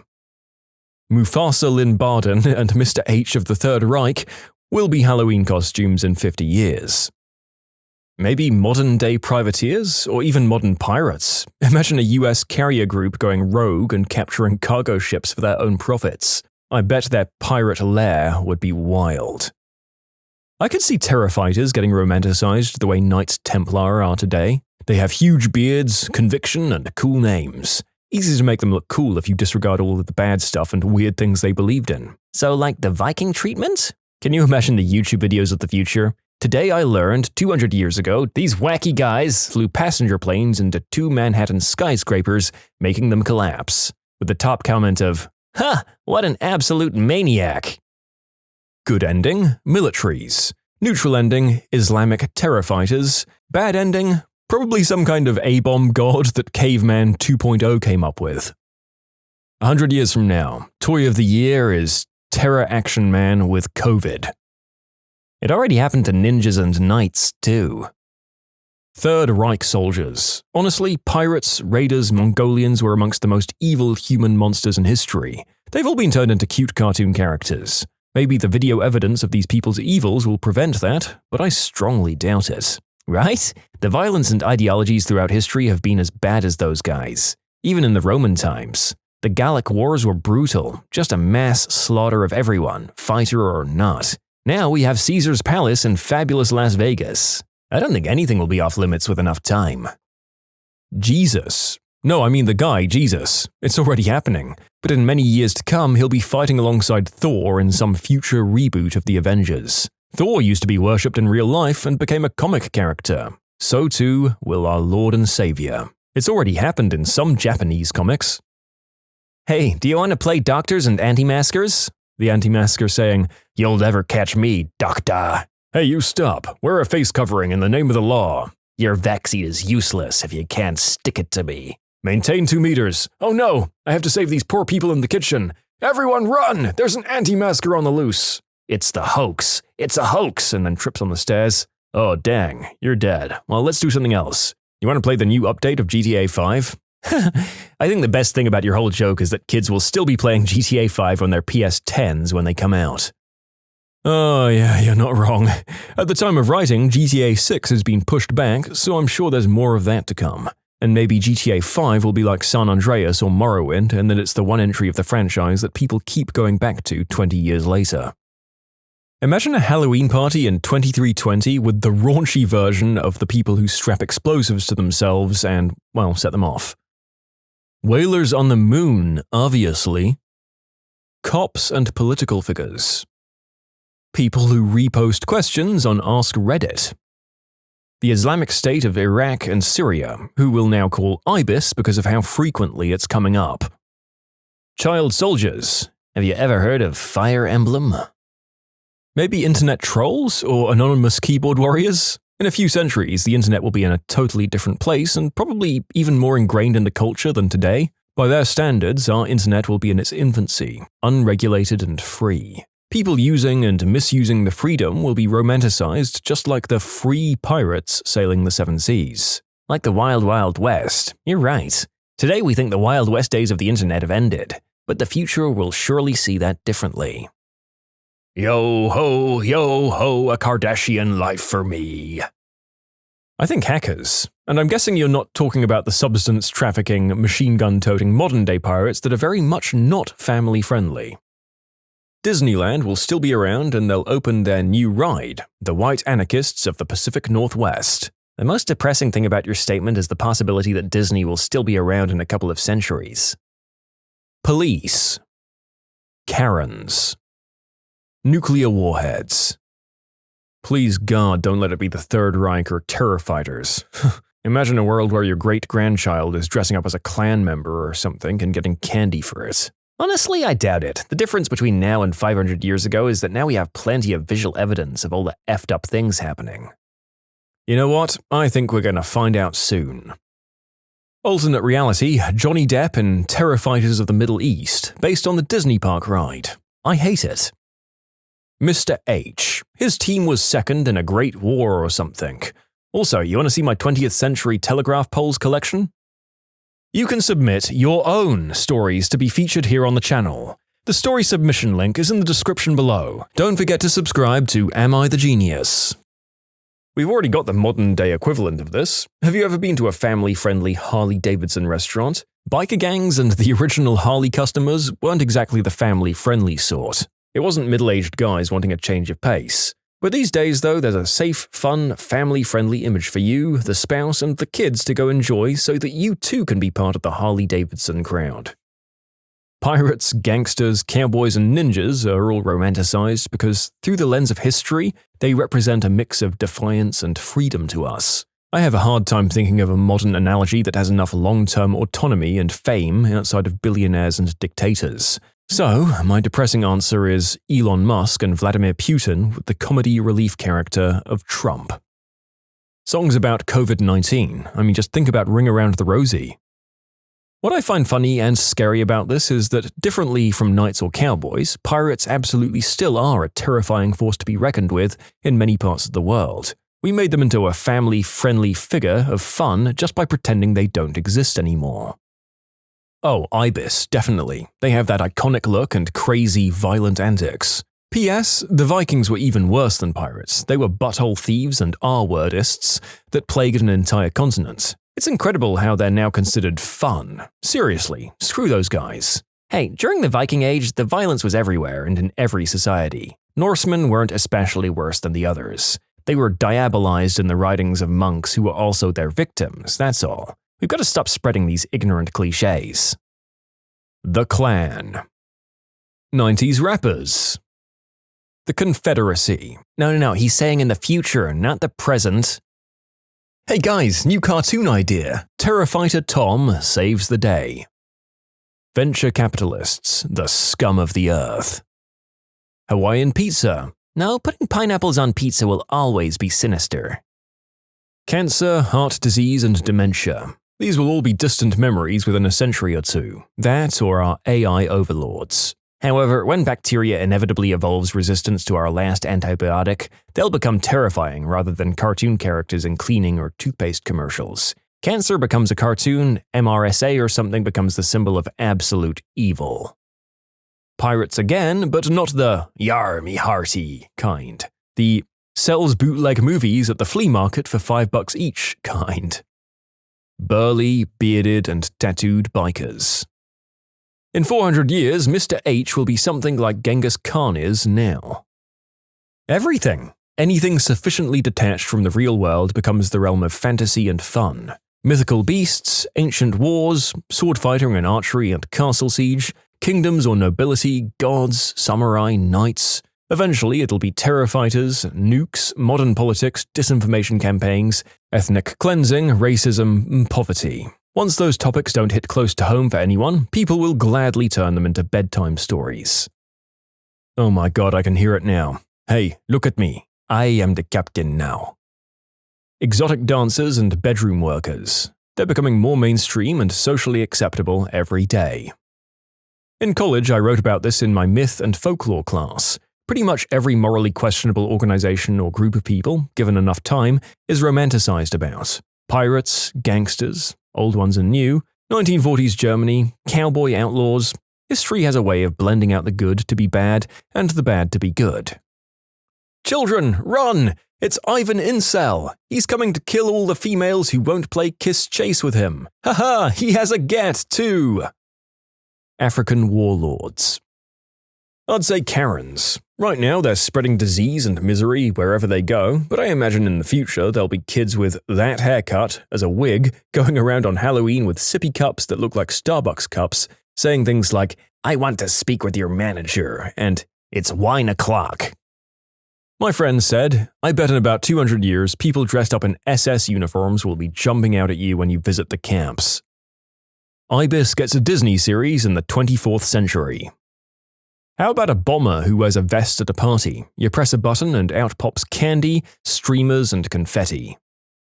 Yeah, I bet Ibis terror fighters could get morphed into hot religious freedom fighters.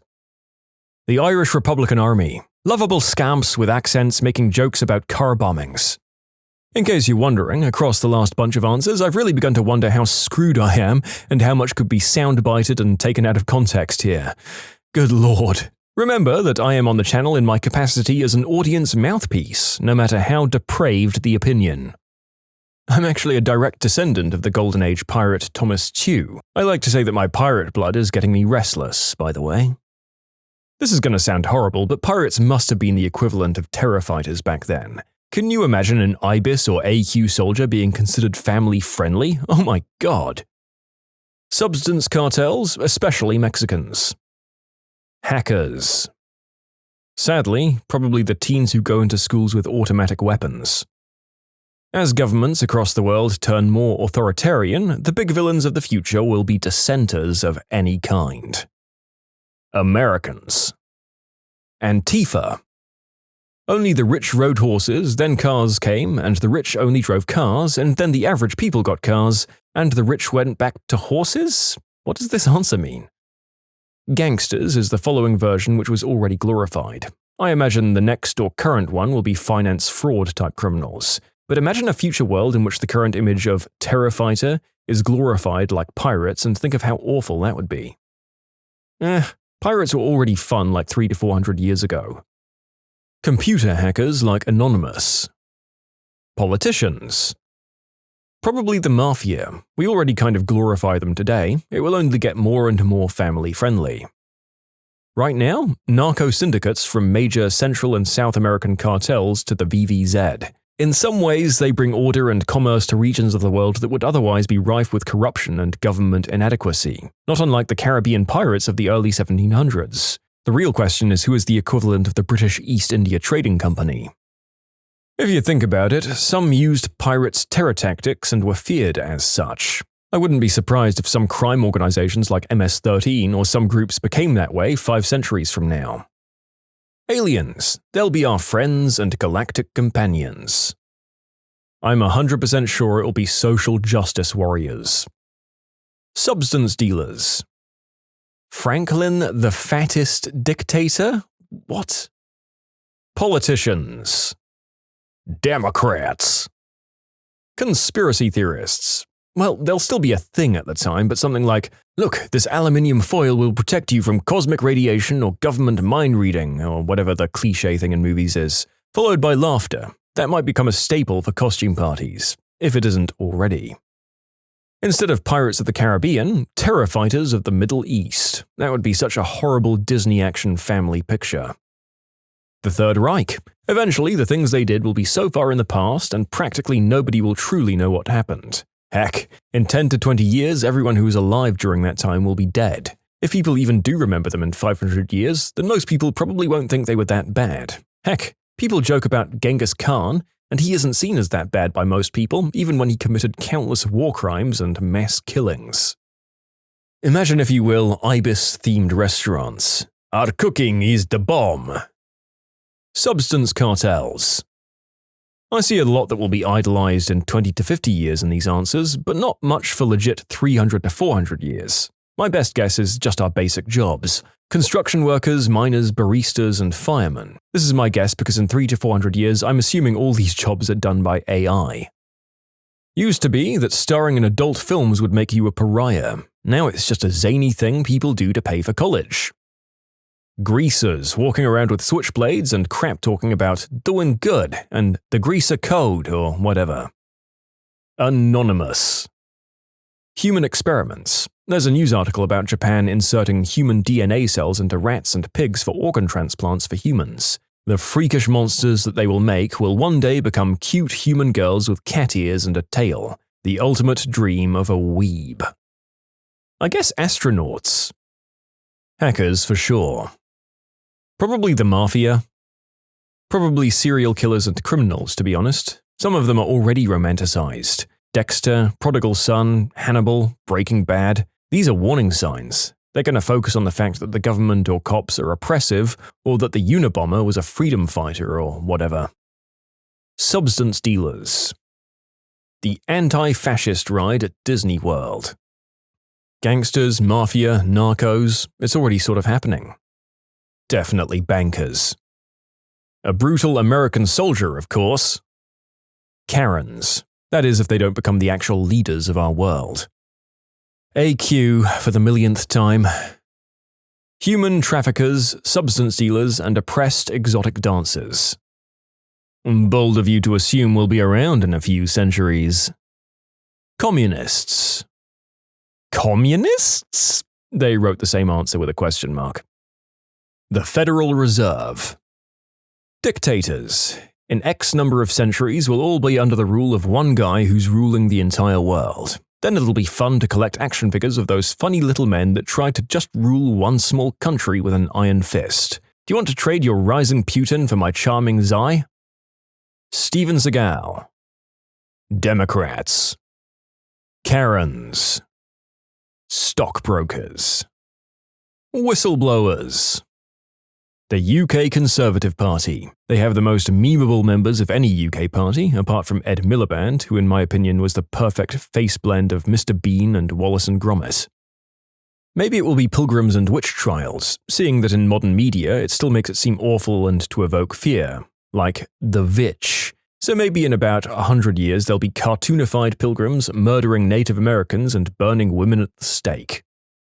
Bob Ross, Christopher Walken, Colonel Sanders, and John Lennon. Executives and high-power white-collar people. Not specifically terrifying in the sense of piracy or actual violent crimes, but I think they'll become the standard evil boogeyman for kids to assign bad guy properties to. It's already a trope in its own right, but just like pirates, they'll become a caricature rather than a stereotypical position. Dressing up as an executive for Halloween would probably be the spitting image of Ben Stiller's White Goodman from Dodgeball, with just more focus on looking white-collar. They'll move from trope to joke. When tattoos go horribly wrong. Inkings that should never have happened. Memes. The thought that a lot of people have dead memes from 2017 on their arms or legs is kind of funny. Knew of a guy who once had dubstep tattooed on his chest in very, very large letters. He also insisted that dubstep was the future of music and was here to stay. I have a tramp stamp that says "No regrets" in very fancy cursive. It's the only tattoo my dad laughed at rather than cringed, so I can judge no one, is what I'm saying. Tattoos that are gifts from you to somebody else. For example, for your birthday, I got your birth date tattooed on me. That and tattoos with spelling errors. As an example, were you really there if you think you were there? That last one is spelled T-H-E-I-R. Oh my god. I don't know the exact English word, but in German it's called butt antlers. I'm not sure what it's actually supposed to represent, but it kinda looks like you've got a deer tossing your salad inside your pants. The worst one I ever saw was Calvin from Calvin and Hobbes peeing on stuff, except the one from Hot Rod with one stream of urine going on the TV set and one going on the FM radio, with an AM radio safely dry in the middle on a magic carpet? Couples tattoos like portraits or names. Mostly when they proudly tell you it's because they've been together for 5 months and just know that they'll stay together forever. Oh. I work with the deceased. I've seen a direct correlation between "only God can judge me" tattoos and being a victim of firearm homicide. Juggalo tattoos don't bode well for MVAs. Tasmanian devils go hand in hand with gastric bleeds from chronic alcohol consumption, and the clinically depressed seemed to really like dolphins. Any tattoos of men and women's naughty bits makes me cringe. I also saw one of a butthole once. A defendant in the courtroom I clerked in during law school had "homicide" tattooed on his face, over his eyebrows. Not a great look. Yep, that's what you want the jury staring at the entire time while you're explaining that you were just in the wrong place at the wrong time, and that was actually just tomato sauce from an over-enthusiastically condimented hamburger all over your hands. Nothing says "I've been to prison for cooking crystal in my trailer" like a Joker neck or face tattoo. Former tattoo artist here, and it has to be infinity symbols, especially when they want them to be unique. So you have to spend 3 hours drawing up different ways of cramming little McCaisley and Braxton's names, birthdays, birth weights, blood types, and favorite ice cream flavors in there. Fine, I'll find a way. I can work for my money. Oh, and can it also have a thin blue line in here for my husband? Sure, lady. And maybe some birds breaking off it, because my meemaw loves birds. Yeah, okay. And can you do it on the side of my finger in white ink? Okay, screw you, get out. Lips on the neck. Like, I get it, you're a gangster with an attitude problem and probably want to fight. Sayings, especially ones that span multiple limbs or areas. I was in the army with a guy from Texas that thought he was hard as woodpecker lips. He had "Cowboy the F up" tattooed across his forearms, ostensibly so that if he put his fists up to fight you, you'd read it and, I don't know, be scared or something. He never even got into any fights that I know of. But due to the size he wanted it in and crappy planning, one arm said "Cowboy the," and the other arm simply read "Frick up." And he immediately became known as Cowboy the Fudge Up. I once stood in line behind a lady who had like the bad tattoo parade going from the nape of her neck. She had "Only God can judge me," something in Asian characters, and an ugly, faded, poorly drawn crucifix. Not safe for work tattoos. Like, it's cool that you really love your girlfriend's hoo-ha, or that you want to showcase the ginormous imaginary member you have, but the rest of us really don't want to see that. To be fair though, I haven't really seen these much in person, mostly online. My ex, 6 months after we broke up, got a tattoo of me tied up shibari style on his lower arm and sent it to me. The last conversation we had while we were together was about going to a shibari class. This is an educated man who works in an office and will never be able to roll his shirt sleeves up now.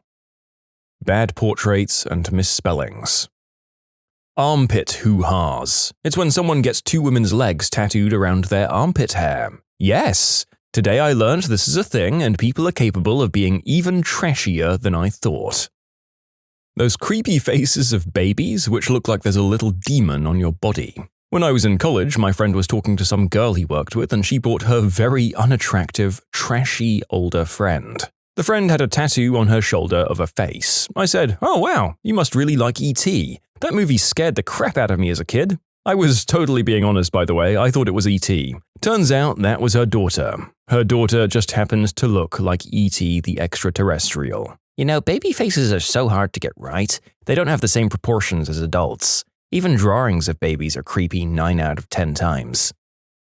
Just a couple of days ago, some writing on some dude saying, "Kana isn't a B word." Yes, they wrote isn't instead of is and spelled karma with an N.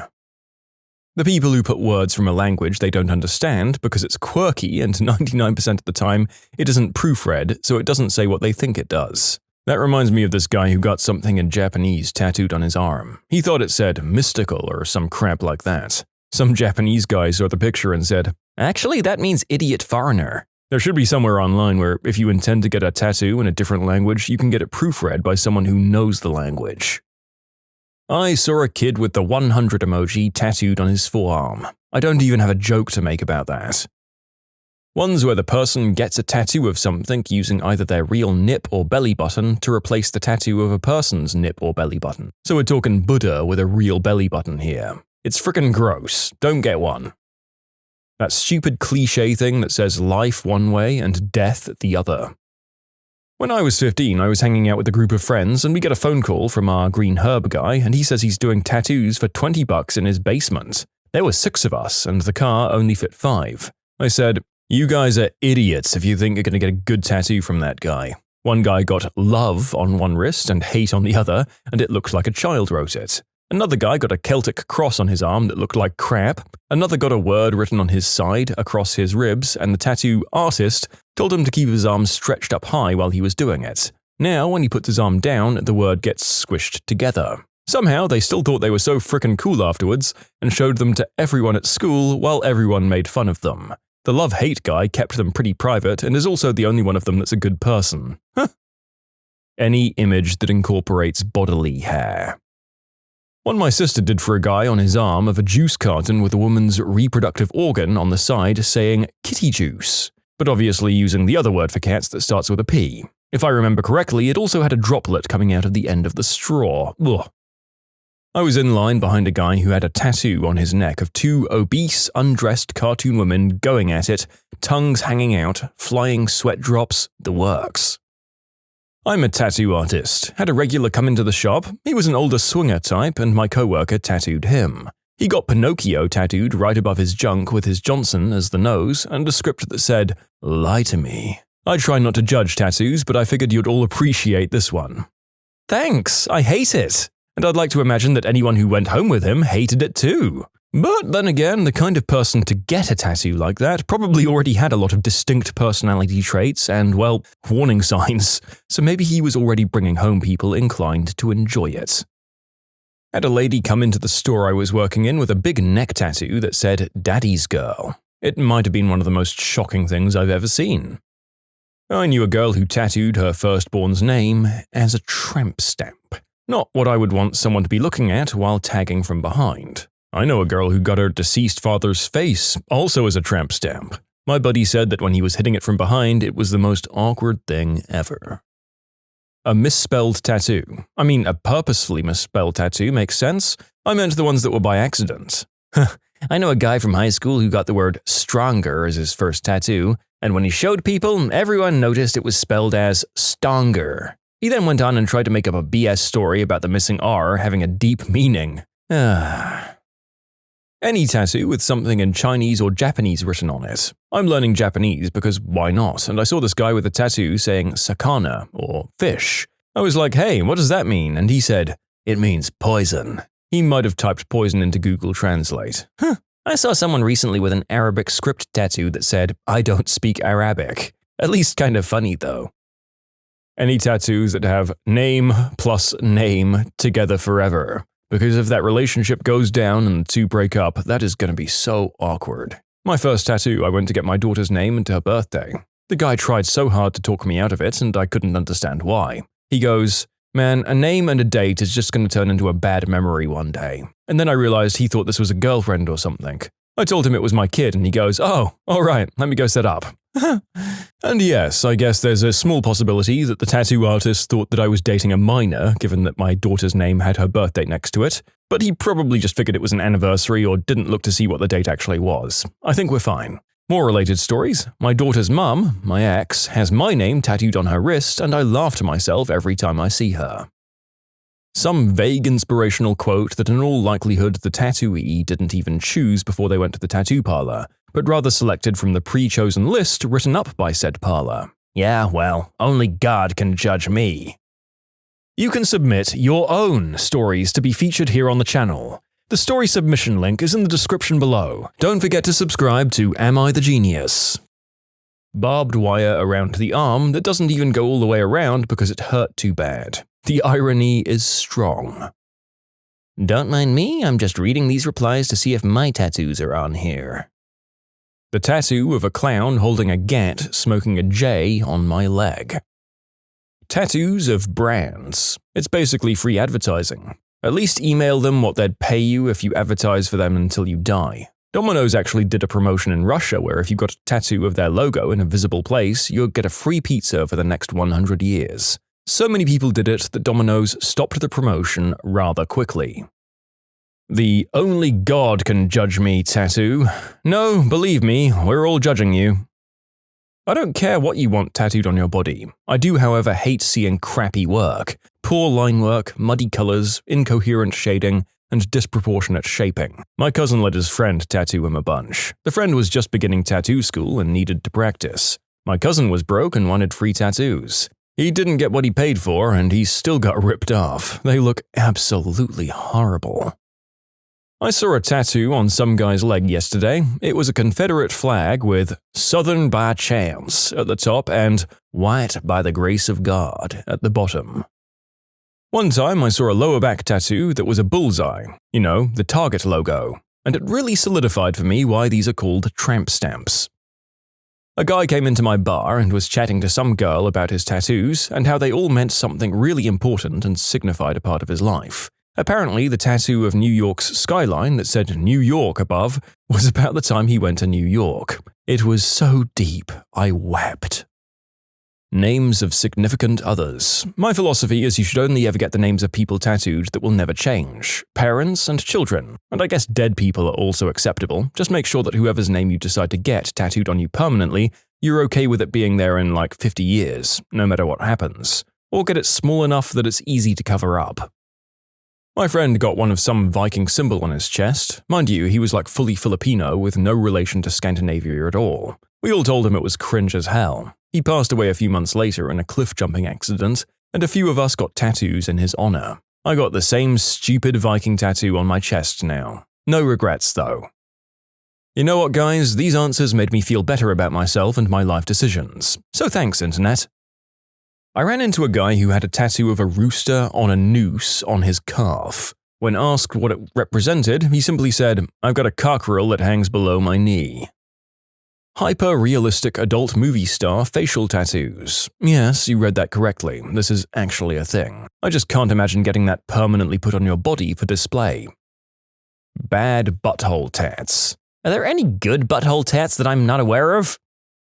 Famous people. I get it that you're really a fan of said famous person, but to permanently ink their face onto yourself is borderline crazy in my opinion. The symbol of the Third Reich. I feel bad when I see people of my age that have those barbed wire tattoos. Literally everyone had them, so they all looked the same. Tramp stamps were pretty bad too. At least the barbed wire did look kinda cool. I've never seen a tramp stamp that I liked. I refuse to sink next to an anchor. That is literally what anchors are made for. I was in the supermarket today and I saw a man with a full-body Harley Quinn tattoo on his arm. The Margot Robbie movie one. You know, a former coworker of mine has Jared Leto's Joker and Margot Robbie's Harley Quinn tattooed just below his collarbones. He also has portraits of several rappers tattooed on his arms and legs. Some of my other coworkers had to talk him out of getting a portrait of Channing Tatum on his ribs. You know, just think about this for a minute, man. You're gonna get Magic Mike tattooed on you? I'm pretty sure that changed his mind. I mean, oh boy. Your favorite cartoon character? Sure, you do you. And I guess Margot Robbie's been in the role long enough now to be considered an iconic aspect. I wouldn't get it myself, but sure. If you think the DCEU era was better than what we have now, I disagree, but I respect your opinion. But if you were going to go gung-ho enough into pre-James Gunn DC to define yourself by immortalizing Jared Leto's Joker on your body, then my friend, I can say I would probably not be able to help myself but laugh at you in public. Like, it wouldn't be intentional, I'm just not sure I could help myself. I guess it's marginally better than a Morbius tattoo. Godsmack Son. I know someone with that tattoo. It was their first, and they loved it. No regrets, as they say. Baby faces. You have a child, I get it, you love him, but he will be a generic newborn for a few months, and you'll think fondly ever after about his grown-up version with specific facial features. His baby picture will mean very little after a while. Lame calligraphy of the Pinterest type. Those little moustaches on the pointer finger. Tattoo artist here. Tribal died in the 90s and early 2000s. Let's leave it there. Be happy, be free, live, laugh, stay positive, daddy's little girl, daddy's princess. These tattoos they get, at least put some thought and make it original or unique or at least interesting. Third Reich and Confederate stuff. Just to be clear, both of these causes were abominable in their own time, but those who advocate them today are just such desperate, pathetic losers. Get your frickin' lives together. Once I saw a guy in a gym who had an elephant tattooed on his crotch. Guess what was the trunk? I used to do airbrush face and body painting and I was asked many times for full frontal elephant. The airbrush stuff is cold, let me tell you. Southern Cross stars, for Aussies who think the stars are only visible from our country. Yeah, I wondered how far down I'd have to scroll until I found mine. I've got it on my left shoulder blade. I'm not Australian though, I grew up on a US Army base near the equator and I could see both the North Star and the Southern Cross in the night sky. My dad owned a boat he named the Southern Cross after both the constellation and a line from a Jimmy Buffett song. I spent many hours of my childhood on that boat, so I got the Southern Cross tat on the 10th anniversary of my dad's passing in memoriam. I did my research before I got it and I did find out about it being a nationalist symbol, but since mine's stylized, easily covered, and I haven't been to Oz since I was 12, I think I'm okay. Tribal tattoos on suburbanites. A friend of mine got a one-night stand's name tattooed on her foot while her fiancé was in prison, so that's wrong on at least 3 different levels, but basically anything with the name of a significant other immediately makes me think there's real potential for regret there. Live, laugh, love usually gets a wretch. Oh, and Hatchet Man tattoos, because I have one and I cringe whenever I see it. Kanji as well, because it's usually mistranslated. That amuses me more than anything else, though. I got Pokemon tattoos, so I'm not judging anyone. Bro, I literally have "That's no moon" tattooed in Galactic Standard or Arubash on my butt. Your Pokemon tats are dope. Pure and simple. YOLO. The Rebel flag. Where I'm from, that's the usual tattoo, and it makes me cringe. What else is a Star Wars fan supposed to get a tattoo of? The Superior Empire? Big Bible quotes on girls' thighs or angel wings on their back. A crush of mine got a tattoo of Hank Williams on her chest. Totally killed my interest in her. Imagine being in the middle of doing the deed and seeing an old guy in a cowboy hat staring at you while she demands you go harder. No, sir, I'm out.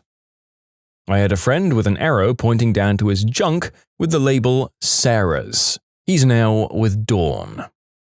My girlfriend used to get her hair cut by a guy who had a big mural on his back showing Jesus Christ on a cross doing the deed with a zombie. That's a pretty weird one.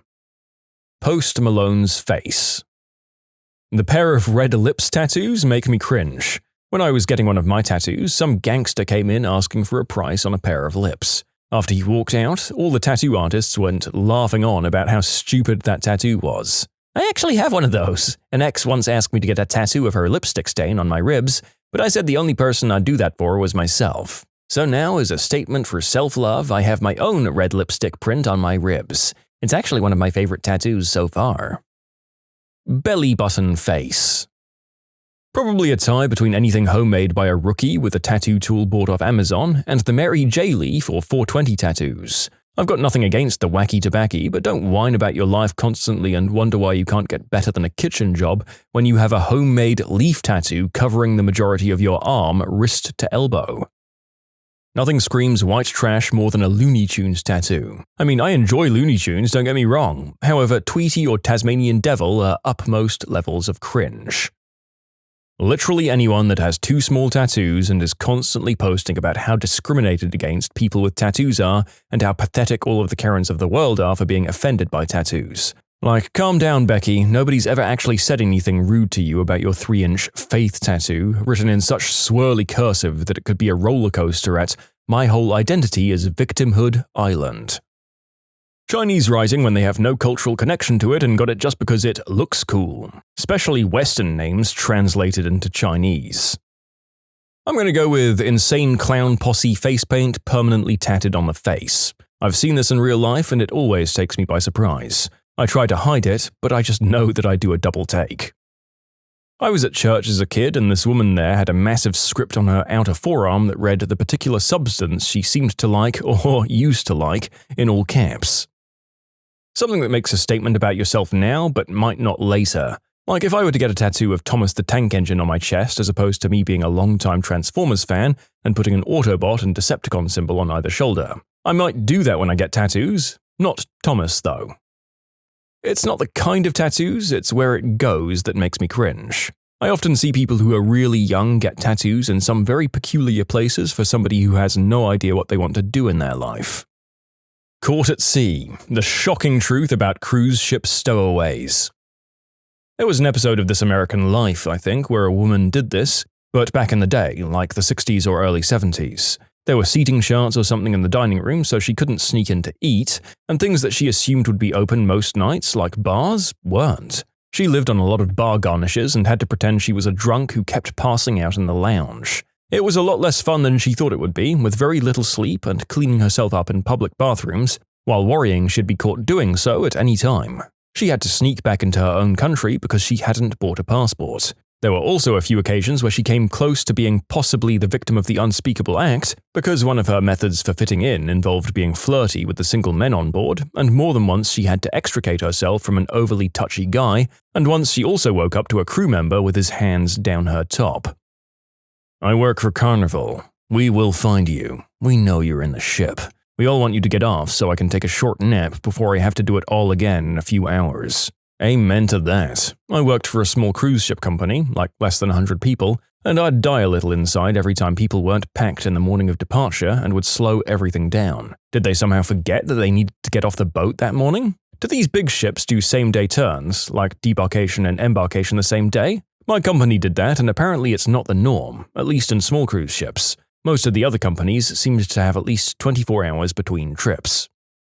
This one couple decided to try and get another week out of their holiday. This was while we were halfway through our holiday, so we heard it all. Dozens of announcements calling for them or anyone who's seen them were made throughout the day. Their rooms were searched and everything they owned in that room was seized, apparently. The ship left port late by about 90 minutes, but they were eventually found and escorted off the ship when the crew decided to check the identity of every passenger on board.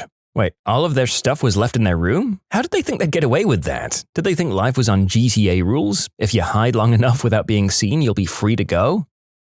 I don't know if this counts, but on the last night of a cruise, my friends and I got really drunk. Well, I don't know how the heck, but I ended up somewhere passengers shouldn't be, in a gosh darn supply closet, I believe. The ship had docked and there was a 2-hour search for me. Still drunk, I couldn't find a way out of the room where the supply closet was, because the door was locked. The crew thought I was trying to sneak another ride, but after reviewing the cameras, they could clearly tell I was nowhere near sober. So they sent me on my way with a good laugh. To this day, I still don't remember making my way down there. That's kind of adorable somehow. I can imagine them all bringing up the security footage like, what a jerk, we'll see how sneakily he planned this. Oh, wow. He's real drunk and real confused, isn't he? The magic of drunk people never ceases to amaze me, teleporting through locked steel doors, ending up on the roofs of buildings, climbing things they probably wouldn't be able to climb while sober. You crazy, problematic magicians. This one is actually really funny, and almost certainly not the only time it's happened, I bet. Okay, so this one wasn't a cruise, but a ferry. Also, we didn't hide on purpose. It was the ferry from Soirée, Prince Edward Island to the Île de la Madeleine, Quebec, Canada. A 12-hour ride. We embarked at 2 a.m. and found a very quiet spot to sleep. We slept through the landing and nobody woke us up because nobody actually saw us. When we woke up, we saw the islands going away from us. As a result, we spent 36 hours on that boat. You might enjoy having a listen to the Stowaway episode of the podcast Criminal. It's not somebody who just didn't leave, but somebody who plotted to go on a cruise without paying. It's a good listen. I don't think it would work today though, and it sounded like she really didn't have a good time on the boat anyway, with no place to sleep and nothing but buffet snacks, not having to mention constantly being worried about being found out. It's all electronic card swipe now, and everyone monitored all the time. All the japes and scrapes of being a stowaway, one step ahead of the steward, is in the past now. I used to be in the US Coast Guard. We had this happen a few times in Miami. They were all escorted off the ship. Typically, the police handle the situation, but if a stowaway was discovered while in the 3 to 12 mile range, we'd render assistance once they were apprehended by the on-board law enforcement. I mean, the problem here is that you only know about the unsuccessful stowaways, not the ones that managed to pull it off. Also, is keel hauling still an acceptable punishment for stowing away?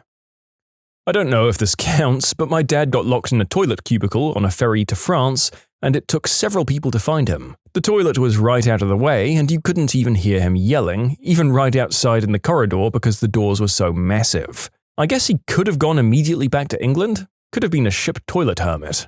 I'm sure something similar has happened many times on the ferry between Helsinki and Tallinn. The ferry company even offers a 6-hour mini cruise where you board the ship in Helsinki, travel to Tallinn, then stay on board for the return journey to Helsinki. We went on one of those for our company Christmas party a few years ago. When the ship arrived in Tallinn, the personnel on the ship didn't check in any way to make sure the people who stayed on the ship were supposed to be there. A drunk passenger could very easily forget to get off the ship and end up going along for the ride back to Helsinki. I worked for Carnival for 5 years, specifically in debarkation. Additionally, I worked for Disney Cruise Line and Princess Cruise Line. So here's what happens. We give you a card upon check-in, and that card is scanned the minute you step on board. Additionally, it's scanned when you leave the ship for either complete debarkation or excursions. At the end of the cruise, debarkation starts around 7 a.m. Come 10 a.m., we receive a list of people who haven't yet had their cards scanned. It's impossible to get off the boat without getting your card scanned unless you jump into the water. Then a manhunt begins to get you guys off the ship so we can put on a new 2,500 cattle. We don't start boarding new passengers until every card from the previous voyage has been scanned. In my experience, nobody ever waits and tries to hide. If you do take a cruise, book a flight that's a little bit later in the morning and go with the latest checkout time you can. So many people aim for debarking at around 7 to 9 a.m. Literally over 1,700 people will be waiting in lines that'll take well over an hour to get out of. Instead of waiting in the line for the hour, stay on board and eat some breakfast, take some last-minute photos, and then when your time comes, just leave, go through customs, and be on your merry way. This sounds US-specific though. Here in Sweden, there are some really low-class party cruises on the Baltic Sea. We call them the F-boats. They don't scan anyone there. And I guess there are all different levels in the world in between up to the luxury stuff. So not all cruises can scan people. You know, as someone about to embark on a cruise, this could hold vital information. Ships tend to have really good tracking of their people. There's security cameras everywhere, and when you disembark, they give the ship a really good walkthrough. All the passenger areas are easy to see through and have no hiding places, and if a person were to be in a storage area, it happened every now and again, we'd notice immediately. I've never had passengers try to stow away, but I've definitely seen crew run away from the ship. It mostly happens in American ports. Personally, when I was working on ships, I couldn't wait to be the F off them every time I saw land. Why people cruise to begin with is beyond my comprehension. This is a little different. I was going through a really hard bout of depression in 2012 and really had nothing going on in life besides an overnight job at a gym. My parents decided to do a family cruise in March as our Christmas present. I was actually planning on saying goodbye to my family at the end of the trip and just getting off at the last island and not getting back on. Then I found out that the cruise company would alert local authorities that I didn't get back on. I wanted to just island skip for a while instead of backpacking through Europe to do some thinking and adventuring. I didn't want to end up in some crappy Caribbean jail. I'm a stand-up comic who works on cruise ships 3 or 4 months out of the year. Guests who take forever to leave suck. Employees of the ship can't leave until every last guest has exited the vessel. So, if a guest is taking their time to leave or hiding, they're potentially keeping over 100 employees from going home. And many of the employees are on the ship for like 8 months, so every second counts when they just want to get off and start heading home. Get the F off the boat. I just want to laser focus in on one thing here. As a guy who's dabbled in stand-up, I'm not sure if I'd consider myself having made it or completely failed if I worked as a boat stand-up. On the one hand, great relative security. On the other, you're doing it on a cruise ship. But honestly, I know some of these sorts of jobs pay relatively well, and you can probably practice back on shore or quit when you want to. So honestly, congrats on getting ongoing paid gigs there. My friend did this. He can't handle his drink, and we were on a mini-cruise from Newcastle to Amsterdam. After a good few drinks, he just loses it. Rips a table from the wall and throws it away, took his top off as well as another friend's top and threw them overboard while shouting, "Way!" He was quickly sent to the brig and had his passport confiscated, meaning he couldn't get back on the boat after our day in Amsterdam. So he tried to hide under the bed. According to his story, he couldn't fit, so his feet were sticking out a bit and he said he got caught straight away. They threw him off and we never saw him that day. Imaginably, when we got back on the boat, to no friend under the bed, we were concerned. We chose his closest friend to call his dad to say, "We've lost your son." And his answer was, "Oh, I know, we booked him a flight." Turns out he ventured off the boat in a panic, somehow managed to find a British embassy and explained his situation. I'm not sure how, but they organized him to fly home without a passport. Every time I see him, I ask him to tell me the story again for a laugh. An ex-girlfriend of mine was an onboard cruise photographer. I remember asking her something similar before, and she told me they swipe on and swipe off everyone on every stop, every time. She did say that she'd known people to try and stow away, but basically it turns into a massive frickin' Easter egg hunt to find the person. The liner she was on always awarded the staff member that found out the person with some kind of bonus, but she never told me what it was. I remember her saying that someone caused a ship to be something like 6 hours late to leave because they'd done such a good job at hiding. Eventually, they were found or gave themselves up, and they were arrested by port authorities. You can submit your own stories to be featured here on the channel. The story submission link is in the description below. Don't forget to subscribe to Am I the Genius?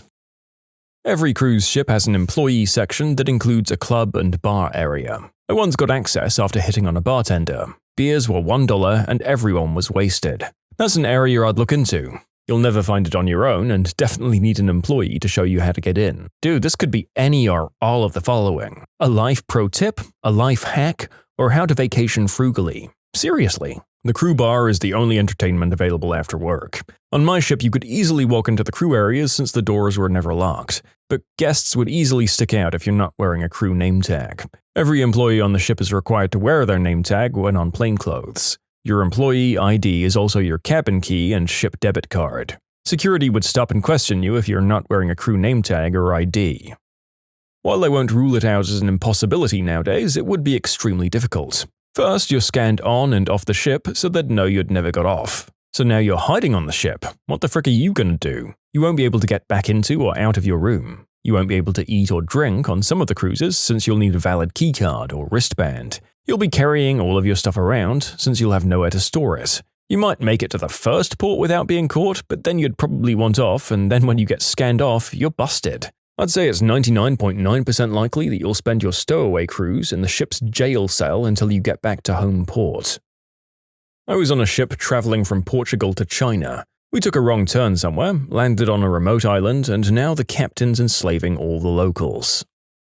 I found some crew clothing in the laundry and put it on. The crew was changing out at the last stop, so nobody would recognize my new face. In the 2 days before the ending of one round and the start of the next leg, I found myself enjoying the nods of other crew members and a level of respect I wasn't used to having dressed as a normal passenger. I decided that I'd chat up some of the bar staff and see if I had any luck getting free drinks. After a few beers, this new bartender came on. An old British guy, looked like he'd seen some stuff. He had a nickname for everyone: governor, amigo, pal, comrade. I guess he really traveled a lot. He kept serving me drinks with a sly wink, like from one old sea dog to another. It came time to settle my bill as the ship was prepping for departure, and when I went to give him money, sure enough he told me I didn't have to pay. "No sir," he said. "This one's on me, Cap'n, no trouble at all. Good luck getting us out of dock," and he pointed over my shoulder with his chin. I turned around and the rest of the bridge crew was there with a security detail. Boarded for a trip from Southampton to Queenstown. Stayed on to get to New York. All was well until we hit a damn iceberg. It's been 107 years and still haven't docked. It frickin' sucks, man. At least the water is heating up finally, though. Look guys, stowaways wouldn't happen. You have to check out with your cruise card or ID. If you aren't checked out, they'll announce on the intercom to check out while sending out teams to look for you. After 20 minutes, they'll announce again, upping the ante saying you're in violation of maritime law. Once they find you, you're never going on a cruise again and will face a hefty fine. My source? A friend worked for cruise lines for 4 years. Day 247. They still don't realize. I've been living off of seawater and Ritz crackers for the past month. I can't let them see me in the cafeteria. People tell me all the time, "Dude, just leave the boat," but none of them understand. Using the quarters I find on the ground, I was finally able to pay my cell phone bill again today. I got a text from some guy named Boss, dumb name, telling me that he's going to put me in a thing of fire. Whatever, probably insane. I got a scam text from some guy named Jane calling me husband, and from police. Regardless, I'm probably going to fry up the phone's battery for more fire today. I sometimes wonder what life is like outside the ship, but I quickly dismiss those thoughts after I realize that there's no such thing as living outside of the ship. Around day 50 or 60, people in blue coats began to hound me, saying that I've got to go or they're going to find me or something. They're probably just smack addicts, though they scared me enough to go incognito until they were gone. If you hadn't realized it, we've now gotten to the section of the answers that are almost entirely fictional or therefore the lols, as the kids are saying 15 years ago. Seems like the general consensus is that it's very hard to be a stowaway these days, and you're in big trouble if you get caught. I'm a cruise ship worker for Royal Caribbean. This is actually a pretty regular occurrence, probably happening about once a month or every other month. My favorite was when someone had taken a little too much A and locked themselves in the bathroom because they were with their family and didn't want them to find out. The cruise docked, and when it was time to go, the family was panicking trying to find him. Security eventually found him, and he admitted that he was planning to leave his family here while he did the cruise a second time. Honestly, there was no way he could have gotten away with this, because they make sure everyone is off the boat before we let more people on, and if we didn't find him, then the cleaning crew would have. I was on a cruise where a guy tried to climb down the ship into the lifeboats. Of course, he fell overboard and died in the water, and we all woke up a few days before Christmas to a cruise worker on a jet ski pulling his waterlogged corpse out of the ocean, so I can't recommend it. But hey, his ghost is probably still there. Don't do it on a Disney cruise. Hours of brutal torture at the hands of Goofy will mess up your world. The last time I heard his I had a flashback, and 8 months of therapy was undone. Do you want to be waterboarded by an anthro dog? Do you want to hear him sing, "When you wish upon a star," while putting out cigarettes on your arm? Just don't do it, bro. My ex told me this story. When we split up, he said he was messed up mentally about it. Sure, Jerry, if that's your excuse, then fine. So he went on a singles cruise with his buddy. The problem was, he was in his early 30s and everyone else was like 45 plus. So the cruise isn't helping with his mood at all until they land in Jamaica, and he and his buddy take a taxi to some bar in the bush. There he meets a pretty girl, wins a game of pool, and life feels good again. They hear the warning signal for the cruise, so they get back on the boat. My ex was shook and didn't want to continue, so he put important documents in a plastic bag and jumped off the boat. Although he's a newfie, he swims like a rock, and Jamaican authorities had to rescue him. Then they questioned him for 24 hours. Are you sane? Do you have money to get home? Until he was eventually able to call the bar chick he'd met to verify his story. They released him and gave him 3 weeks to visit or play on the island. The rest of the story is pretty boring. He stayed and played hide the baby carrot for a few weeks until he started getting hit up for money all the time. But the funny thing is, I met a guy from Jamaica. I live in northern Canada, by the way, and I told him this story and he knew about it. Apparently, my ex is island law now. I tried it once. There was a homeless man called Harry who had stowed away as well, and I got talking to him. Turns out that he helped some rich guy out who rewarded him with a ticket for the cruise ship. The captain wasn't too pleased because he looked kind of scruffy and this was a nice-looking ship.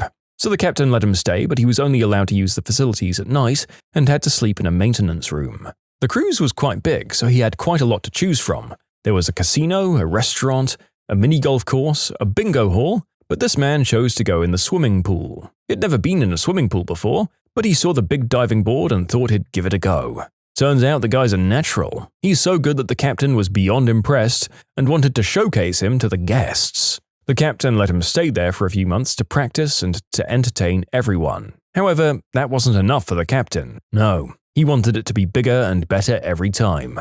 One day, the captain decided to make the diving board much higher, which didn't seem to bother Harry much. The big day comes around and this thing is tall. I mean, real tall. Harry was a little bit intimidated, but he decided to go along with it anyway because he finally had somewhere to stay. He began to climb what he described as a never-ending ladder to heaven. Halfway up, he noticed that he could no longer see the swimming pool and that the clouds and seagulls appeared to be closer to him. He finally reached the top and took the dive knowing full well that he could completely miss and die. He dived perfectly. No splash at all. However, because of the velocity at which he was going, he went straight through the floor of the pool, piercing through several floors. Past the casino, past the tennis court, past the golf course, past his bedroll, until he went straight through the hull of the ship itself. Everyone thought he'd died, but after 5 minutes he resurfaced, much to everyone's disbelief. The captain couldn't believe it and wanted to know how Harry had done it, to which Harry responded, "Well, Captain, I've been through many a hard ship in my time." Not sure if it counts, but my dad was an accidental stowaway once.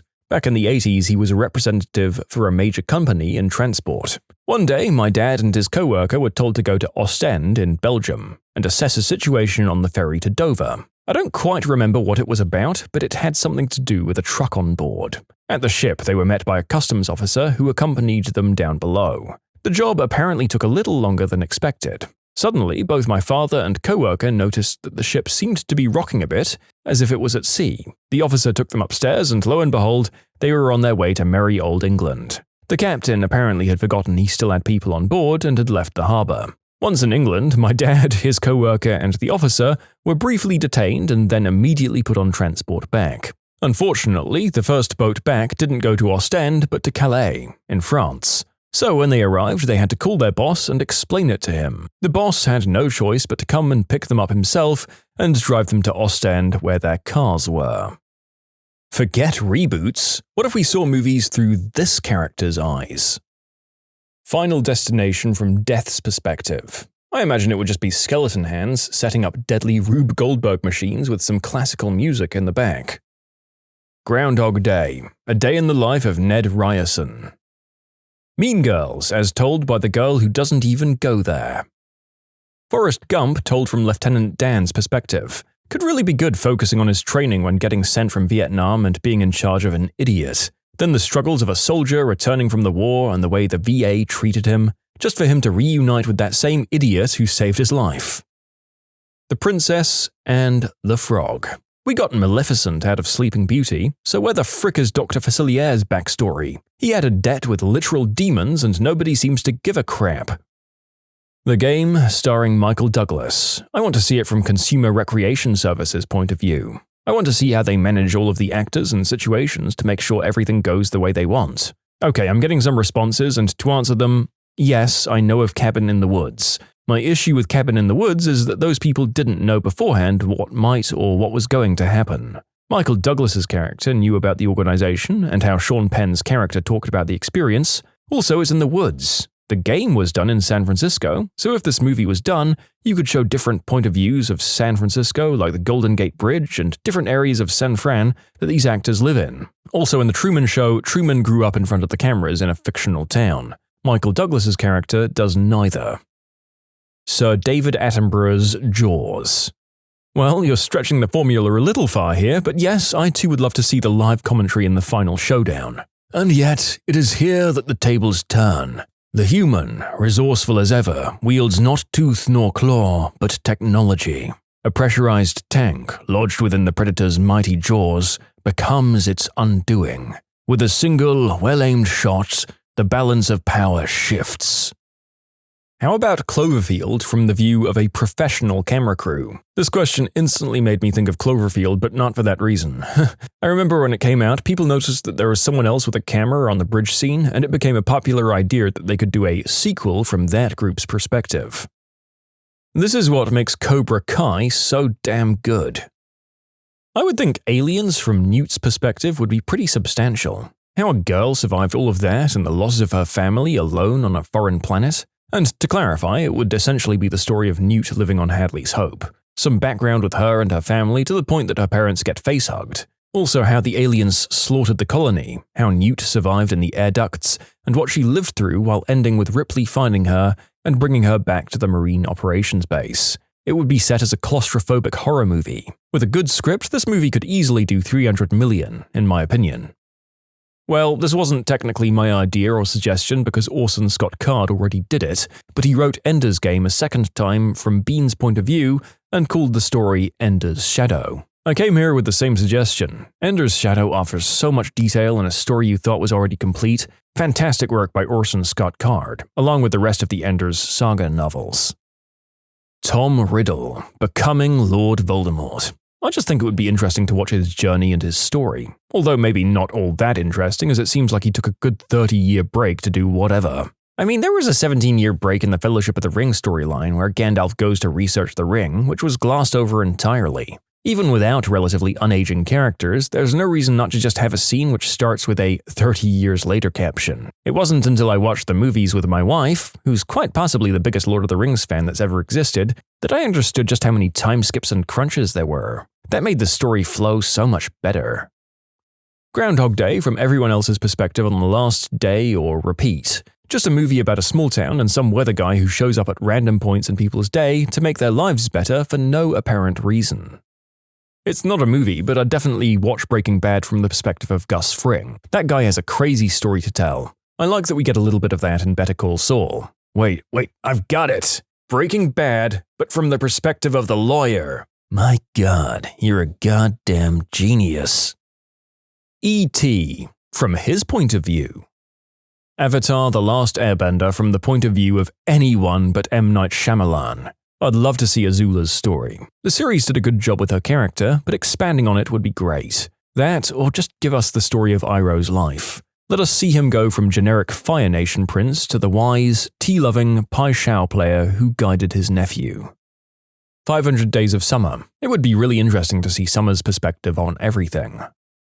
Aladdin, from Jafar's perspective. A college theatre group did a very R-rated version that's absolutely hilarious, which can be found on YouTube under Twisted, the Story of a Grand Vizier. Actually, what I'd really enjoy is a late 80s or early 90s hand-animated Aladdin, where Jafar is the defender of the Sultan's realm against some nefarious interloper who's bent on stealing the princess's heart and worming his way into the royal family. And he has a genie.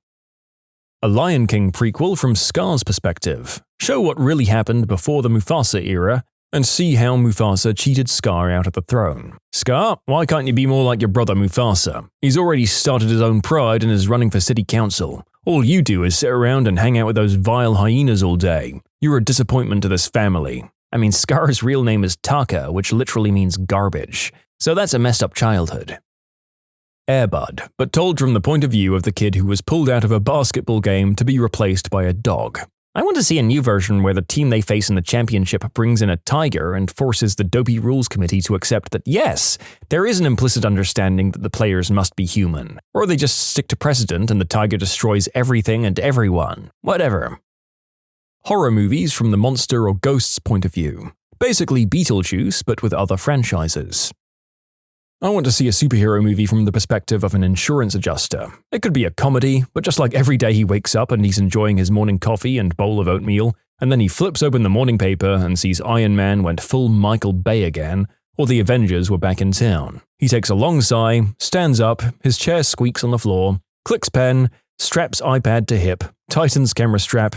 This guy is the real superhero. There was a show called Powerless that was pretty similar to that concept, about an agency that deals with the aftermath of the collateral damages from superhero or supervillain fights. It wasn't the best show, but I think it was a cool idea. Unfortunately, it was cancelled after a season. I still think it's an interesting point of view, and I'd like to see someone else take a shot at it. Robin Hood from the Sheriff of Nottingham's perspective. It'd be great to watch a movie about a medieval cop trying to catch a highwayman. Apparently, the Russell Crowe Robin Hood was supposed to be this. However, Ridley Scott rewrote the script. the narrator will always be thankful to Ridley Scott for his contribution to cinema, especially sci-fi. But my god, it is increasingly feeling like there should be some kind of class action lawsuit by all historians or historical film enthusiasts to just keep him away from this particular genre. I was already incensed after his last few entries, but Napoleon was just a big middle finger to anyone who likes even a little authenticity in their historical epics. An alien invasion movie told strictly from the aliens' perspective, complete with their confusion about why the humans are responding the way they are. It would make sense to us, but would take the narrative form of a mystery for them. It could be a clever way to illustrate cultural misunderstanding. An example could be, let's show them we're friendly by revealing all of our weapons to demonstrate we aren't hiding anything, which the humans would take as a threat. I always liked that about the Borg on Star Trek. They genuinely thought they were helping the people they were conquering. A villain is scarier when it thinks it's doing the right thing. That's how the Minbari War starts on Babylon 5. The Minbari, a race of aliens, approach the human fleet with all of their weapons raised and engaged, so the humans preemptively fire on them. Turns out, to the Minbari, raising all of your weapons is a show of respect, like, we think you're a worthy enough opponent that we should come prepared. To not raise your weapons would be a huge sign of disrespect. Forrest Gump from Jenny's perspective. I mean, that would be a dark and messed up movie.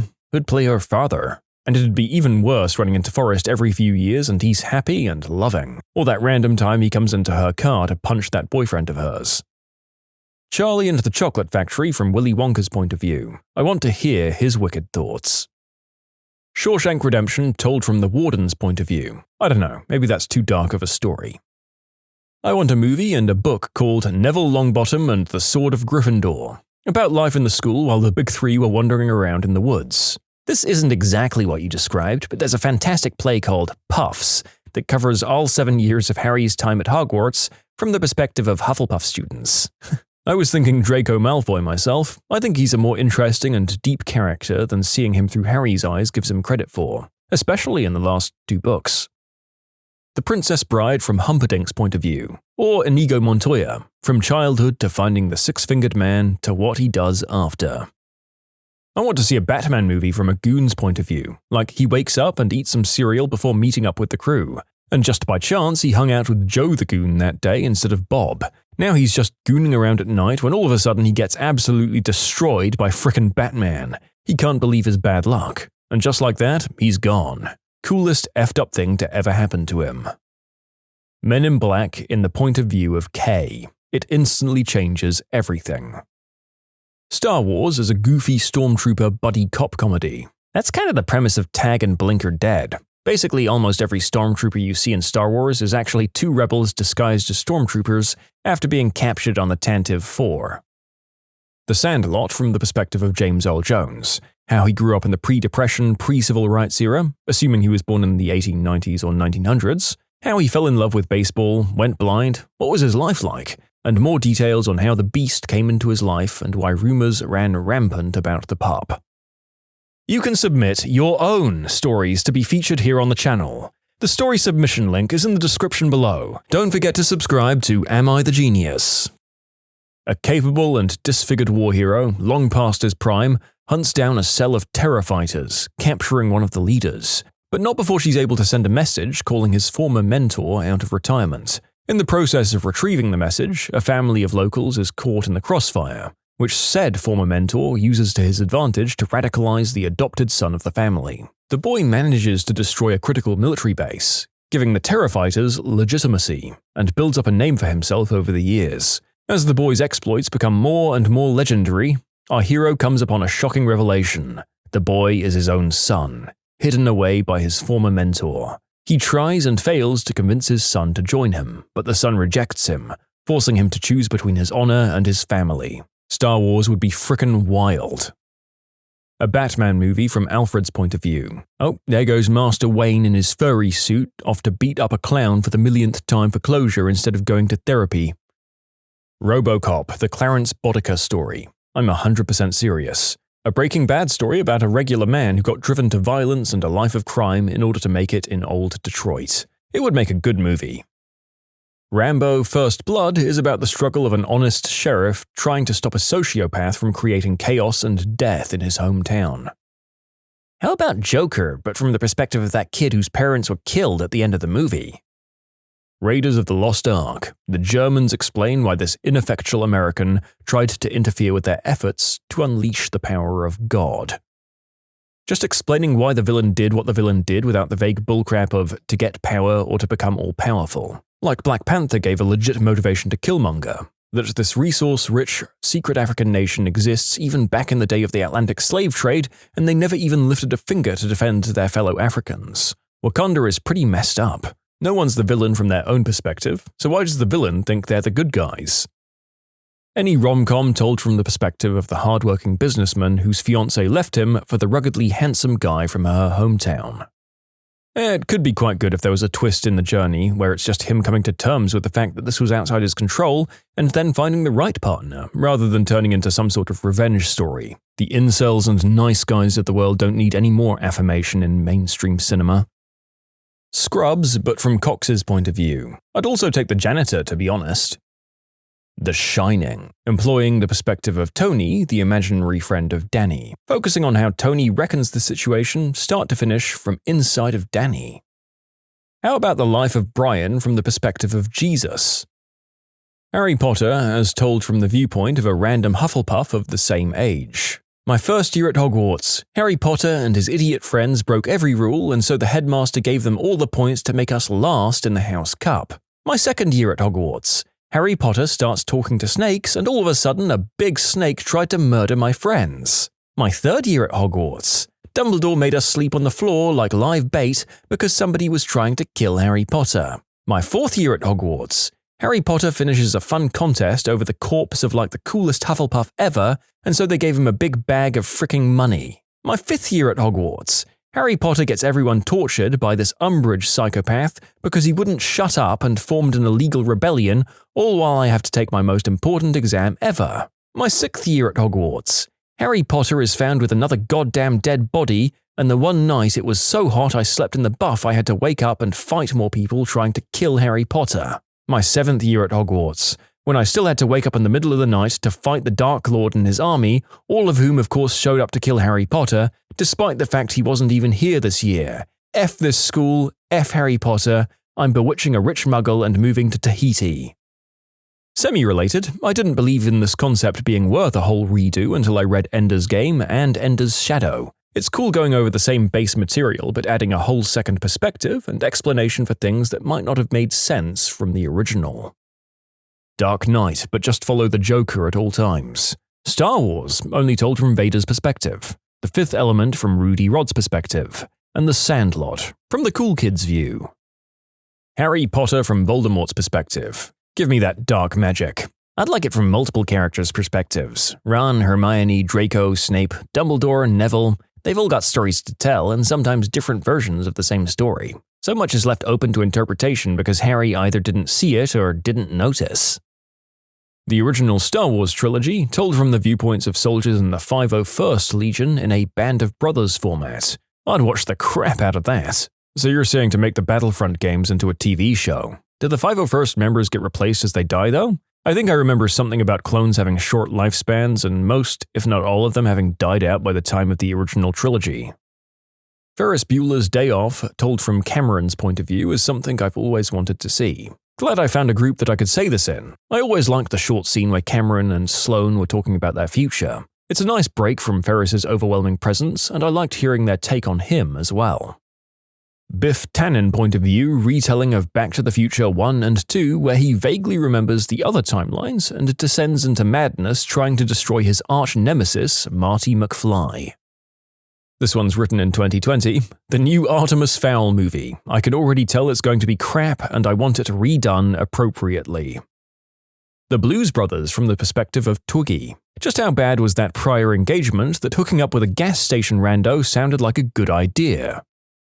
The Wizard of Oz, but from the perspective of the Wicked Witch of the West. It could even be a musical with a score by Stephen Schwartz. That would make an awesome movie. Someone in Hollywood should really get on that. Fight Club from Marlas. Star Wars The Phantom Menace, but from Palpatine's perspective. Similar to how Disney retold the story of Maleficent, it would be cool to see multiple villain remakes and why they became villains in the first place, starting with Ursula from The Little Mermaid. Fight Club, but from the point of view of one of the people who becomes part of their club. Possibly from Angel Face, so we see how he was going about life and how he got roped into everything and his justification for continuing to stay. It could be an interesting movie to see it maybe start out with him as a kid and make it seem lighthearted, and then show the effed up life he'd have that would make him want to take this dark spiral. It Follows. Perspective of the It. The story of how Grandpa Joe got into bed and then just decided to stay there, the lazy old bunt. Explain yourself. Yeah, I want it from Charlie's parents' perspective. They worked their butts off to take care of the family for X amount of years because Grandpa Joe apparently can't walk, and now suddenly he's well enough to go on a frickin' field trip and walk around a huge factory for 8 hours? Okay, Grandpa Joe. Heathers. JD's point of view would be really interesting. I want the tragedy of Lo Pan, how Lo Pan was cursed and how he wanted to be a human again, but the centuries turned him cruel and resentful to others. Hook, the version of Peter Pan with Robin Williams, but from Rufio's perspective. The Matrix from the perspective of the architect. So like, the Matrix without any of the stuff outside of the Matrix? Just watching Neo pop in and kick butt every now and again? The Marvel movies from each Stan Lee cameo's perspective. Nah, told by Luis from Ant-Man. Well, as much as that promise would be entertaining for all of 5 minutes, I do admit that I'd love to watch him narrate one of the films each day as a 2 to 3 minute summary. All in one go might still end up as a feature-length film, and my god, that would be draining. Halloween/Jason. I want to see how the F these two got everywhere so fast while being so slow. They've got to be opening portals or something. The Truman Show, from Sylvia's point of view, would be an interesting film. She'd be an actor playing a role that would drive a person mad. 24/7 acting, even if at one point she did love Truman, and she would have grown to despise him, since most people hate their jobs. It could even show the attempts made at escaping, but once you're an actor, that's your life. Like honestly, what would make it worth it to be a captive, basically? Fake family and friends repeating words from an improv script. You'd have to go nuts. Maybe even show a love affair with his best friend, and the happy ending of him escaping and freeing everyone, faking the life. Would watch a lot. I want to see the kick-butt Nick Fury movie that's lurking in the background of Captain America: The Winter Soldier. The Bee movie following Ken and his experience of losing his girl to a bee. Deadpool 1 from the cab driver's perspective. The Big Lebowski from either Walter or Donnie's point of view could be pretty interesting. Jaws from the shark's point of view. They hunted him down and blew him up because he was hungry. You can't tell me that shark was just hungry. He had a bloodlust for those 3 men on the boat in particular. I always thought a Superman's opponent's perspective would be amazing. You barely see Superman the whole movie, yet you can just feel this inevitability. You just see a blue-red blur, and in a blink, everything is finished. The sheer difficulty of overcoming something too powerful and unstoppable. The unfairness of him being on Earth. It could be done really well. Maybe if we had an awesome Lex Luthor. Maybe. Titanic. 2 hours of an iceberg floating peacefully in the water until we see a ship approach, crash, and sink. All in real time, of course. Mulan, but from Shang's point of view. His bisexual awakening. Castaway. Inception, but from the perspective of someone who's only dreaming. Eternal Sunshine of the Spotless Mind, but Clementine's procedure.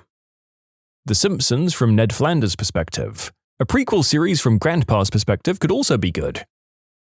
I love the premise of showing the stories from the view of the bad guy. Gregory Maguire does this well with his books like Wicked, Confessions of an Ugly Stepsister, and a few others.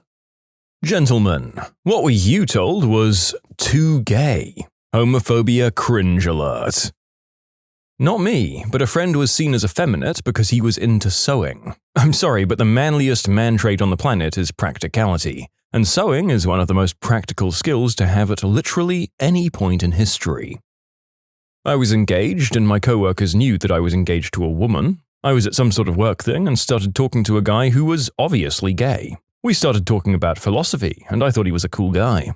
I was just like, hey, if I ever read X book that we're talking about, I'd love to discuss it with you over coffee or something, but I might not read it anytime soon. I'd just graduated college where getting coffee with someone didn't really mean anything, and you just did it if you wanted to have a conversation with them. Apparently everyone thought I'd asked the guy out. I guess I see where they're coming from, but I just wanted to talk about Wittgenstein with someone who'd read him, should I ever read him as well. Just want to say, I'm sure that guy really appreciated it. It can be pretty common for straight guys to avoid friendships with other guys who happen to be queer. I've actually had several coworkers or friends avoid spending time with me when they find out I have a husband, and while my skin's much thicker now than it used to be, it still stings a bit. I had a girlfriend that started laughing when I crossed my legs because that's hella gay, and it was like the full straight guy spread out T-cross legs. When I was in the 8th grade, I got a solid beatdown for wearing a plain purple t-shirt. Apparently, only gay guys do that. Years later, I found out I was gay for liking other men. Turns out it had nothing to do with my shirt. Who would have thought? I was taking prescription-strength painkillers after surgery. My friend had to come over to check on me. Her boyfriend, now ex, thought it was gay to take painkillers and just told me to be a man. 80s kid here. Anything involving showing emotion is gay. Wearing any clothing that isn't muted is gay. Stating that something is cute is gay. Getting excited over hobbies is gay. Calling your guy friends to talk is gay. Crying's definitely gay. Airing grievances of everyday life is gay. Washing your butthole is gay. And using lotion for any other purpose than whacking the mule is also gay. Shaving anything other than your face and neck? That's about as gay as you get. I played the clarinet.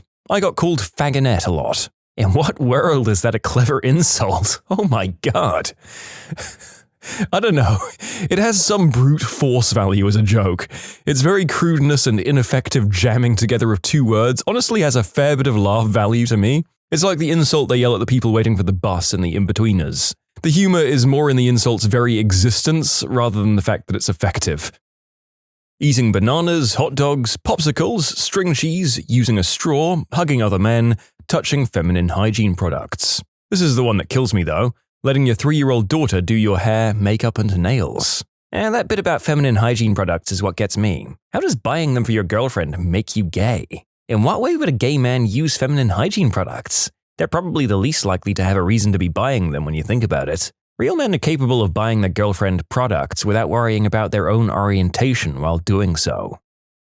Apparently, going out for Mexican and margaritas with your pal. Nobody said it directly, but the waitress gave us a complimentary dessert for 2 and said happy anniversary. I guess free dessert is free dessert. My best friend and I, both girls, went to senior prom together. We weren't dating anyone at the time, so going as friends was a nice way to have a good time and still nab that couple's ticket discount. We went out for dinner before the dance, and this group of 20-somethings in the corner that we'd never met before kept smiling at us across the room and giving us the thumbs up. When we went to pay for the food, we'd found it had already been paid for? And that was when I realized we'd been mistaken for lesbians, and those smiley folks were probably just trying to be supportive. To be fair, I looked pretty butch, and in retrospect, most straight girls probably wouldn't pair a prom dress with a leather jacket. Anyways, I consider that an absolute win. Some nice strangers got to feel supportive, and we got a free meal out of it. Being mistaken for lesbians was an economic win. Wearing pink or similar colors, although it's definitely my color. As a helicopter pilot, I have a checklist. We all have a checklist. Even though I have the slimmer version, it's still a lot of pages. So I bought some page markers and labeled the important pages like startup, shutdown, refuel, emergencies, whatevs. It's a good idea, right? So I misplaced said checklist in an aircraft I hadn't seen in a while, and I asked some of the more senior guys if they'd seen it, and one of them responded, "Ah, the one with all the little gay page markers?" And all the others laughed. If being convenient is gay, then I guess I'm flamboyant. Eating at a sushi restaurant with another guy equals gay. Having close male friends equals gay. Having close female friends, gay. Evidently, one can't win. At work, I once complimented another man on his outfit. My male coworkers looked at me as if I'd asked if he had undressed photos of himself that I could see. Man, if I got a compliment unprompted like that from a male or female, it would make my whole frickin' month. One time, a girl thought I was gay because I was attentive while her and I were doing the deed. I'm not even joking. Well, that's the gay agenda you've heard so much about. We go around giving women the best fun of their lives in order to make straight men look bad. It's a long-term project. Not exactly a that's gay thing, but a guy talked down to me once for using the word craving because cravings are something only women get. Man, I want to whack one out to some chocolate chip cookies and warm milk right now. Is that better?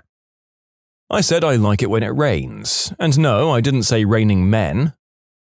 Drink any beverage out of a bottle rather than a cup. Or maybe don't stick the bottle in so deep. Putting on sunscreen. Yeah, no joke. Australia had to spend a huge amount of money on a media campaign to persuade people about the need to use sunscreen. It worked though. When I was in high school, everybody thought I was gay because I wore a scarf to school one day. A. Scarves aren't gay. B. It was a gift from my great-grandmother. And C. It was during the winter in Pennsylvania. It was cold. Gay guy here. I enjoy playing piano and used to get told it was gay as F back in middle school. Now when I see the amounts of straight guys getting chicks because they can play an instrument, it makes me laugh a bit. During the pandemic, I was told wearing a mask or PPE in general was gay. Wearing a mask is the least gay thing ever. There's an extra layer of cloth between your mouth and all the other men's crotches. Everyone else is one pants drop away from sausage-to-mouth exposure. Drinking milk out of a straw makes sucking eggplant feel normal. That's how you turn gay. I'd be willing to bet there was a massive Venn of those that enjoy a male member in their mouth and really dislike plastic straws. Good for you guys. Wearing green on a Thursday, and I have no idea why. The strangest one I've heard was, hey look, 2 guys can't drive around in a convertible with the top down. The other one was, 2 guys can't sit next to each other in a movie theater if it's not crowded. Having a child with my wife is gay. Taking care of my kid and making being a good father and enjoying time with my child as the main goals of my life is somehow gay as well. Changing diapers is apparently gay too. Having good old hetero fun with my wife and dealing with the consequences is also gay. Loving your kids and being a good dad is gay. It doesn't make any sense at all to me. Existence is just gay. Me and a friend of mine used to be like Jim Carrey and Jeff Daniels from Dumb and Dumber. Always getting in trouble, bunking class on my scooter, going out to eat, buy groceries, a long ride out of the city because the air is so fresh where people don't live. My friend later told me he heard a rumor that we were both always together, so we were gay. We laughed it off and went to have our hot pockets. A friend told me I'm holding my fork in a gay kind of way. Playing the saxophone. Honestly, what in the world? My girlfriend once seriously asked me if I was gay because I said that I liked her body. Safe to say she had some issues. I broke a guy's jaw in high school. I sent him a get well card while he was in the hospital. He called me gay for sending the card. Wait, did he break his jaw on accident or on purpose? Because sending someone a get well card after intentionally breaking their jaw is a power move. I was told that I was gay because I enjoyed doing it in the butt with a woman. They said that if you did it with a girl in the rear, then you'd do it with a guy too. Well, buddy, you like down under kisses, don't you? Well, if you let a woman do that to you, you'd also let a man do it too. Oh, you kiss your girlfriend too, right? Need I say more? Yep, there it is. Apparently it's gay to do something that's somewhat possible to do with either a man or a woman. That's 32 stories of intense insecurity and counting. I was at a party with my girlfriend and my siblings, minding my own business while drinking sparkling water. My brother-in-law said, "Dude, are you drinking sparkling water? That's so gay." I pointed at my girlfriend. He didn't seem to get my point. I said, "Look, I'm sorry, but you're not my type. And you're with my sister." Several months prior, I'd been at a gay bar ordering a sparkling water. The bartender, smug as frick, asked, "Really? Sparkling water? You must be straight. What is it with me drinking sparkling water and my perceived orientation?" Playing as a female video game character. I played the female character in Assassin's Creed Odyssey because it had a better voice actor. My friend did it with my other gay friend in the bus and said to me, "I'm straight, but one time I did it with that guy and he was getting so into it. It was real funny." Yes, I also frequently have relations with people purely for the comedic value. The time my female friend was wildly drunk and I wouldn't do the deed with her. Both her and my male friends were calling me gay that night. You can submit your own stories to be featured here on the channel. The story submission link is in the description below. Don't forget to subscribe to Am I the Genius? Brazilian living in the US. Speedo is a gay thing. I don't get it. I'm from the Netherlands. I used to play water polo and people who didn't play it called it gay because we wore Speedos. The whole reason you wear a Speedo during water polo is because if someone grabs it, it doesn't slide off your butt, unlike other kinds of swimwear. It's literally preventing you from being completely undressed in a pool with 13 other men. My husband was told he was gay because he was reading Sunstone, an adult comic series based around a real raunchy lesbian relationship. 2 of my friends from high school died in a car accident a week before graduation. Everyone from the classroom went to the funeral, and some of them were crying a lot. I decided to hug one of them and comfort him, one of my closest friends. and this other frickin' guy, one of the popular cool group who are always doing stupid stuff to get attention, came up to me, touched my back, and yelled, "Dude, I didn't know you liked dudes." He was kicked from the funeral and probably lost 90% of his friends. You can tell who was never hugged by their parents just based on their actions alone. Sitting with my legs crossed. My brothers and friends often teased me and couldn't understand how that was possible unless I was gay or had a tiny little Johnson. I just liked it because it was comfortable and it let me relax one leg at a time. So I was about to go on a date with a girl, and my friend, who didn't know he was gay at the time, said that I shouldn't go on a date with her because it was gay.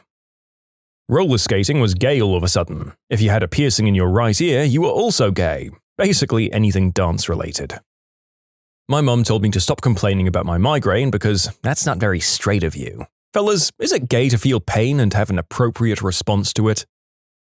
When I was little, somebody told me to check my nails, and apparently if you make a half fist and turn your hand so you can look at them, it means you're straight. If you hold your hand up like you're about to give someone a high five, it means you're gay. Kids are weird, man. My adult male coworkers just told me the same thing a few months ago. I don't buy it at all. Later, after that, they all kept checking their nails in the right way. Like, seriously, guys? I'll admit that I was the perpetrator in this case. When I was very young, like 8 or 9, I was convinced that eating strawberries was pretty gay. Not from my folks, but just society made me believe that guys shouldn't hug their friends. 20 years later, my 6'3" biker friend is big on hugs now.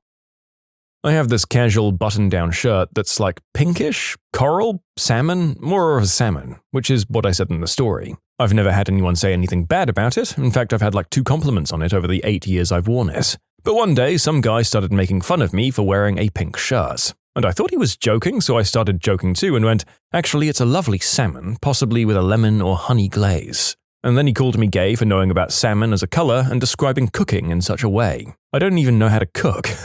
I just ordered that at a restaurant once and loved it. Screw him though. One of the girls I dated loved that shirt. I was at a party once and there was this big bodybuilder guy in attendance. He kept loudly joking about how stuff was gay. This is gay, that's totally gay. By the end of the party, everyone had come to the conclusion that this guy was just so deep in the closet. No well-adjusted straight guy is that obsessed with calling stuff gay. I hugged my best friend. We don't do that handshake, hug over one shoulder and pat on the back crap. We frickin' embrace. Some people think that's gay, but we don't care. We enjoy each other. The other day we went whitewater rafting, and at one point we laid on our backs and floated down a calm part of the river while holding hands. I can't argue with that one, it's a bit gay. Still, don't care. Had a good time. Hand-holding between male friends is super common in a lot of cultures across the world. It's basically just in the West where it's considered a purely romantic gesture. Being unable to lift more than a girl. I was like 7 and she was 30. My granddad once told me not to brush my hair because looking pretty's for women and the gays. Screw you, Gramps. I want to look nice, and not like I'm chasing hedgehogs through a frickin' bush, you unwashed heathen. Not a guy, but I used to be in chorus in high school. Guys would comment that the guys in chorus were gay. They weren't, and most of them had amazing voices. So I'd ask them who their favorite band was, and it was always a male-dominated group, and then watch their brains implode when I asked them if the lead singer was gay. Not that I've been told not to do it, but I know a guy who refuses to go south on his girlfriend because he says it's gay. He believes that eating that particular cat is an act of submission, and that only gay men are submissive. This is utterly stupid. Also, he's had the same girlfriend for over a decade on and off. They're both smackheads though, and incredibly codependent. Probably the 2 most dysfunctional people I've ever met. Told this guy I liked his wristwatch and he completely flipped out, calling me gay. Then he goes storming out of the bathroom without even flushing his urinal. Okay, this one wins, or loses for me I guess so far. Looks like most of these people are equally stupid or ignorant, but just deciding that even the barest hint of positivity or affirmation of any kind is gay, and that the very presence of homosexuality in the same space you're in is worth being that angry about, it's just such a double whammy of needless anger and confusion. It's a 101 masterclass on how to look insecure. If an alcoholic drink doesn't taste really bitter or doesn't burn your throat, apparently it's male organ in a glass. Okay, so some people wrote in to say, if I have to be gay to drink margaritas, then I'll be gay. My personal strategy has been to transition genders, so I'm technically not a straight man anymore, answering this question. Now I'm a gay trans woman, and apparently it's really straight of me to drink the same frickin' drinks. Make up your damn minds, people. A buddy of mine once complained that nobody looked manly drinking from a straw. Cry. I used to cry a lot as a child, and I'd get bullied for it. The adults in my life all agreed that crying made me weak, but one in particular, the secretary at my elementary school, thought it also made me seem gay and feminine and told me that was why I was being bullied. The reality is that I was probably depressed from having recently moved across the country from my family and often found myself lonely, so I couldn't handle the smallest amount of rejection or teasing from others. Please don't tell children not to cry. Talk to them about their feelings so that the source of their sadness can be tackled, not the symptom. I still struggle with processing basic emotions because I spent so much time repressing them over stupid reasons like this. Disclosure, I'm not straight, but bi, but large parts of my family don't know that. Anyway, this was a few years ago. I was helping my dad repair a hay baler, and I was standing around looking at my dad under the machine greasing something. I had my hands on my hips. My uncle pulls up in his truck and rolls down the window and shouts to me, "Hey, take your hands off your hips. It makes you look queer." My dad gets out from under the baler and starts yelling back at my uncle. "I'd rather have a queer helping me than a lazy, useless son of a bee like you." My uncle shut up and drove off. You know, reading all the things men can't do while straight, I think I'd rather be gay. It sounds like they have a hell of a lot more fun. I have a friend who's bi, and she married a man. Before her wedding, her mum reminded her that some of her family were Jehovah's Witnesses and less tolerant of anything queer, and she asked her not to act gay. I'm not sure how you can act gay at your wedding when you're marrying someone of the opposite gender. But in the end, her maid of honor was a lesbian, and my husband and I, both men, came so that her crappy, bigoted aunts had to put up with our existence anyway. I'm not a man, but I once mentioned to my then-boyfriend that I needed to find a gynecologist in the area, and he responded with, "I know I have no say in who you see, but I'd really prefer you pick a male gynecologist because they are all gay for obvious reasons." I'm still trying to understand how looking at women's bits all day makes you gay. I think of that conversation every time I think of the male OB-GYN who delivered my daughter that's extremely proud of his beautiful wife and 4 kids. I think it would blow my ex's mind. When I was young, a couple of my friends refused to be seen with me if I wore a red t-shirt because wearing red was gay. Went to cheer camp. I was the mascot at my school and thought it would be awesome to be a straight guy where all the girls were barely clothed. I pointed this out to people and they had to seriously reconsider what they thought was gay. Also, when I used to look at adult magazines, apparently wanting the guy to be younger and somewhat attractive was gay. Being a theatre tech was kind of gay, but only if it was musicals. Getting excited about your hobbies was gay. This is the one that upset me the most. I didn't think it was gay, I just lost interest because of all the stupid comments. It's not till now that I'm almost 30 that I finally love having some great hobbies again. Washing my butthole. A friend of mine once said, "Everyone knows that's gay. You can miss me with that. Apparently you're only allowed to wash your cheeks and let suds run down the crack. Any direct contact with your own hole and you'll catch the gay." Work at Victoria's Secret for a summer. I was trying to speed up the girlfriend getting process and decided to work in a female-rich environment, but apparently that was gay. Did you at least get a girlfriend? I think most of them thought I was gay, so no. Have girls as friends in primary school. Many of my male friends told me that was gay. Now who's laughing when I'm the only guy invited to girls' slumber parties? And I'm bisexual. I mean, being bisexual is at least a little gay. Kissing my homie goodnight. My cousin described his shoes as comfy. My dad suspected him of being gay for several years afterwards. I had a guy tell me that tickling my pickle was gay. As he put it, "You're cranking off a bloke, even if that bloke is you." I responded that it was even worse, as it's a man who's part of your immediate family, and he thought that was crazy talk. The conspiracy theory that's almost too believable to ignore. That your phone's microphone is constantly hot and it's listening for keywords to target advertising. Most glaring instance where this happened to me was when I walked into a colleague's office. He'd just gotten a standing desk, but one that goes on top of his existing desk rather than a standalone model. That's important to note. I said, "Hey, nice standing desk. Where did you get that?" "Oh, thanks. Just today," he replied. That was literally all that was said about the desk. We talked about work-related stuff, and as I walked out and checked my phone, there was an ad on Facebook for that exact model of standing desk. I've never owned one, wanted one, or Googled one before, yet there it was on my feed. Tinfoil hat be damned, those guys are listening to us. I've had this happen to me twice in the last month. Things I talk about with my daughter, one being hard-boiled eggs, showed up on my feed hours later. There it was, an ad for a hard-boiled egg cooker. I've never Googled anything about those things. It's weird as heck. I can't remember the first one. When I said something to my daughter about it after the first time, she called me crazy. When I showed her the egg thing, she said, well, damn, you might be right. That Natasha Giat was murdered by the Catholic Church for exposing an Argentinian ring of preverts. Natasha Giat, a model/TV journalist, exposed a ring on live Argentinian TV a while ago, after following cases over the last few years. She'd claimed that she wouldn't commit self-deletion in April of 2018 while investigating those rings, but she was found on February 23, 2019, to be dead from that very thing. Another journalist she had accused of similar crimes on the airing, Louis Ventura, had uploaded an image of her body shortly after she was found on Twitter, and then promptly deleted it afterwards. That Michael Jackson was chemically castrated by his father to preserve his soprano singing voice, which was the source of his infatuation with children.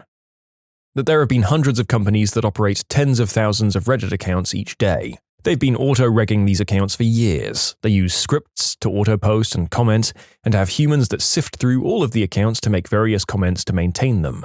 These companies have the ability to control and game their way to the front of Reddit. Huge brands use them, special interest groups use them, and political parties use them. It's not a conspiracy, it's a real thing.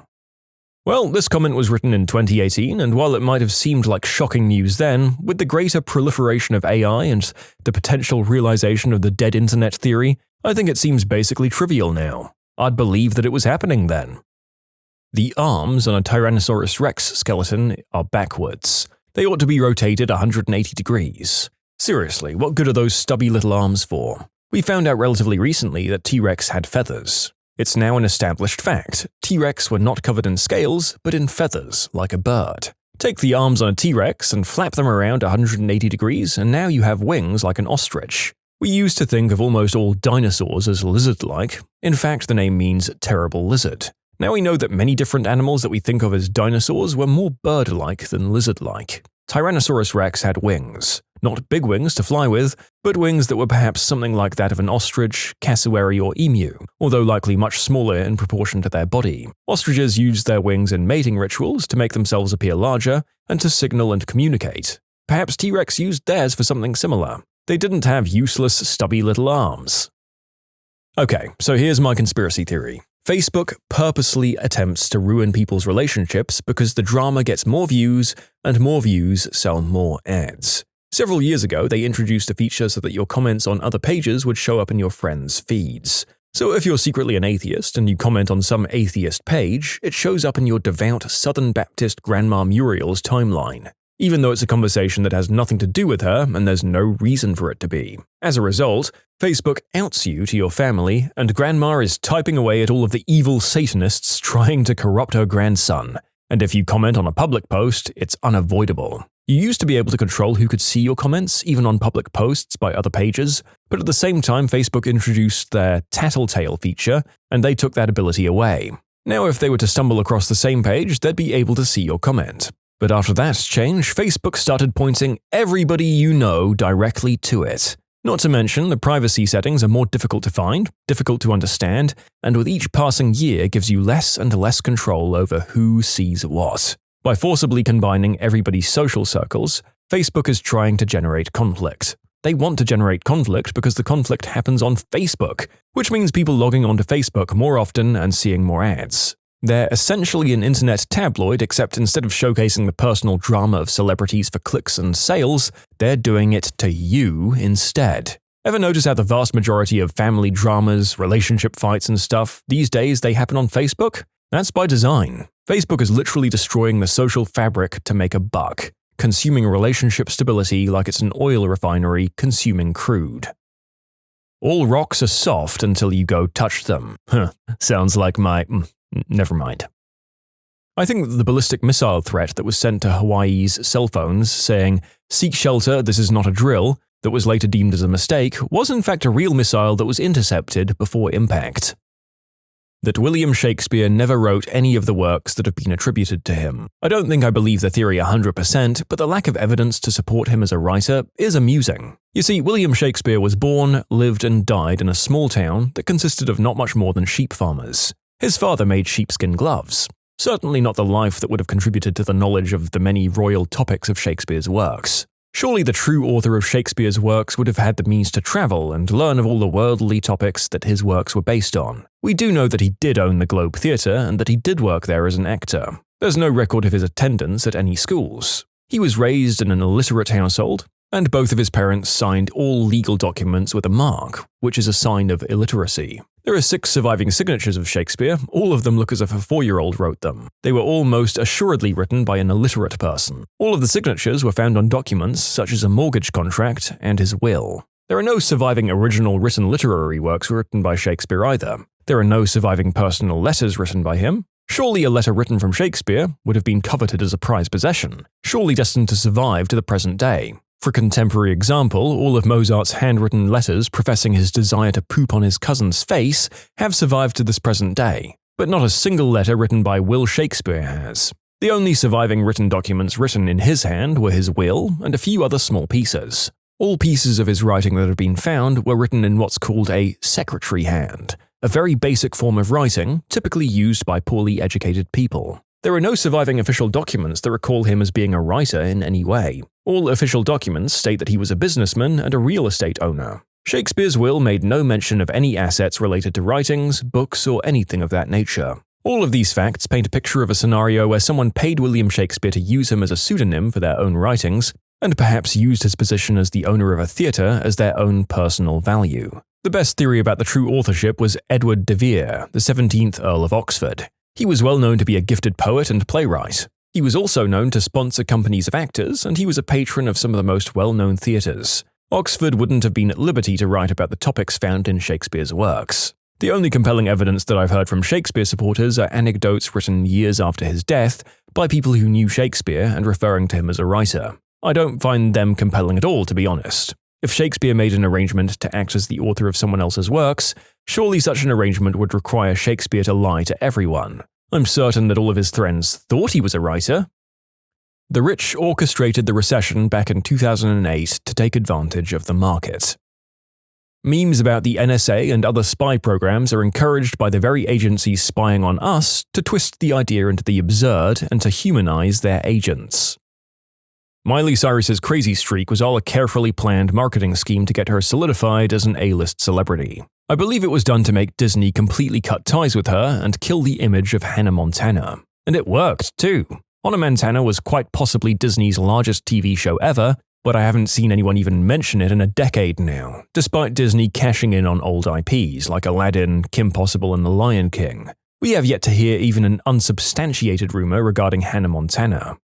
Honestly, if that's true, good on her. Breaking out of your niche as a child star is hard enough without the mega corporation of Disney trying to force you back into it with all of the legal matter under the sun. Much easier to just start acting out and being as overtly adult as possible so that no children's film will touch you for a while. The Vatican holds horrible dark secrets and many answers to existential questions. And that Area 51 is a publicity stunt by the government to hide the real testing facility. The Vatican has many vaults literally stuffed with thousands of documents that nobody but people in the Pope's circle have access to. Who knows what's in those? I'm willing to bet that there are parts of the Bible and Christian history that will never see the light of day thanks to Emperor Constantine creating the first official canon of the Bible. YouTube in a mobile browser is so crappy so that they can force you to use the app and not use an ad blocker. I have long argued to friends and family that Barack Obama might have been a CIA operative sometime in between college and being a community organizer in Chicago. Bear with me here. After graduating from Columbia in 1983, Obama went to work for a company called Business International Corporation, a company that is known to have been used as a CIA front in the past. There's little information available about this time in Obama's life. The CIA was actively recruiting at that point in history, and might have been very interested in a young black man with an Ivy League education and ties to Indonesia and Africa. The information would most likely still be classified, but it could have also helped his rapid accession in politics at such a young age. After nursing this theory for a while, I finally Googled it, and sure enough, loads of websites tout similar theories. Some of it's even convincing. Not the stuff about him being a CIA chrononaut who fought Russians on the moon. That angle is, well, less convincing. Some organizations or groups of people wanted all of the Kennedys dead for some reason. The term conspiracy theory and its poor connotation was created by the US government specifically for skeptics of the official JFK assassination story. Just felt I should put that out there. Long John Silver's is some kind of money laundering scheme on the basis that they've been open for as long as I can remember, but I've also literally never seen a busy Long John's. Toxic delusion that I ironically entertain? Perhaps. Oh, you clearly didn't grow up in a white trash family. Long John Silver's is the poor man's Red Lobster. We'd eat fast food almost every night when I was growing up, and maybe once a month we'd get LJS. It was a real treat, let me tell you. You can submit your own stories to be featured here on the channel. The story submission link is in the description below. Don't forget to subscribe to Am I the Genius? The president of the Philippines, Duterte, is very anti-substances to hide his own involvement with cartels, off of which he makes billions. Funnily enough, he once told supporters that if his own children were found to be dealing in them, they should be executed. Not long after that, one of his children was found to be involved with a big shipment of crystal, if I recall. That kid's still alive. Also, Duterte had a past substance issue with fentanyl that no one really knows if he's clean from, and he apparently smokes green herb. I think the CIA posted this question so that they know what the general public suspects. The Laurel Canyon Conspiracy. Basically, if you were to look at the counterculture revolutionaries in the music industry of the 60s, most of them were the children of military intelligence people. So the theory is that the free love, lots of substances movement that they inspired was done intentionally to distract the youth from full-scale revolution. The thought was, if the angry youth of the mid to late 60s were too dosed up and doing the deed all the time, they'd stop caring as much about societal ills and then basically sleepwalk through the 70s. Which they did. I stumbled upon this when I was reading up on Jim Morrison and how his father was the one who called in the fake strike at the Gulf of Tonkin that kicked off the Vietnam War, and which was shown later to have been a false flag. Turns out a lot of his contemporaries were also children of highly placed military people with ties to intelligence. Strange that they all wound up in Laurel Canyon as part of the same movement. Apple started the meme about AirPods being expensive as a marketing ploy. You know, that happened around Christmas 2018. You might be right. The value of expensive art is just a pseudo-currency for rich people to subtly buy substances or other illicit goods. Apparently priceless art on mega yachts is under a big threat from champagne corks. Cops go on ways and leave random police sightings to cause people to slow without actually having to stay and check on people. I think it's smart for them. It gets the job done of getting people to slow down without having to worry about pulling over a crazy person. Denver International Airport. Secret bunker, giant cult shrine, and potential concentration camp. There's a lot of conspiracy theories revolving around the Denver airport. I'll try to touch on all of the ones I know, but forgive me if I miss a few. There's no doubt that there are some odd things about the airport, from the delayed construction to the massive cost to the odd choice of decorations. Opening on February 28, 1995, 16 months behind schedule and at double the cost of the original estimate, totaling $4.8 billion, Denver International Airport is the largest airport in the US by total land area, 33,500 acres. Not long after it opened, wild conspiracy theories began floating around. One major theory is that there was a massive underground bunker that was built for the world's elite in the event of an apocalyptic event. Another is that there is a massive facility underneath that was built to be used as a concentration camp in the future. Some people believe that the reason for the delay in the schedule was due to the construction of said underground bunkers and tunnels. Supposedly, a construction worker claims they buried 5 multi-story buildings beneath and built the airport on top of it. Aside from the construction theories, there's plenty of things inside the airport that are just plain odd. One thing mentioned often is the large Mustang statue outside of the airport named Blucifer, a large blue horse with red eyes that supposedly represents one of the 4 horsemen of the apocalypse, death. Oddly enough, the architect who designed the piece was killed when the horse's head fell on him, severing major arteries and causing what proved to be fatal injuries. Another thing people find odd is the dedication stone inside the airport. One of the first things you notice is the large Freemasons symbol in the middle of the stone.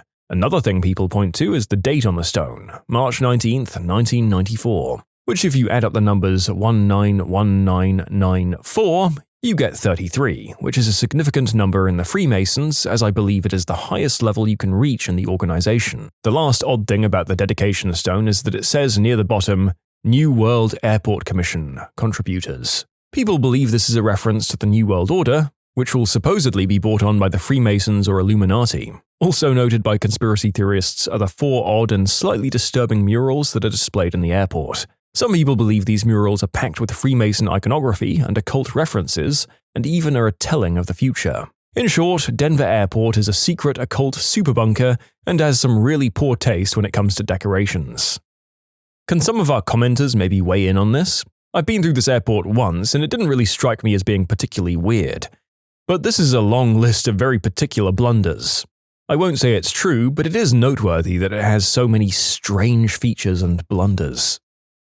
What the authorities say was that Mick Jagger was simply an iconic rock and roll star and nothing more. However, the song TikTok, as performed by Keisha, was written by a guy named Benny Blanco. Its lyrics include the line, "We kicked them to the curb unless they look like Mick Jagger." That's a little bit strange, right? Mick Jagger wasn't exactly at the height of his attractiveness when the piece in question came out. Stranger still, it wasn't the only popular song to paint the man in a pleasant light. Moves Like Jagger, performed by Maroon 5, was released at around the same time, and Benny Blanco also had a hand in writing that one. And this is where things start to get creepy. The song The Time, Dirty Bit, as performed by the Black Eyed Peas, features the following phrase. "All these girls, they like my swagger, they callin' me Mick Jagger, I be rolling like a stone."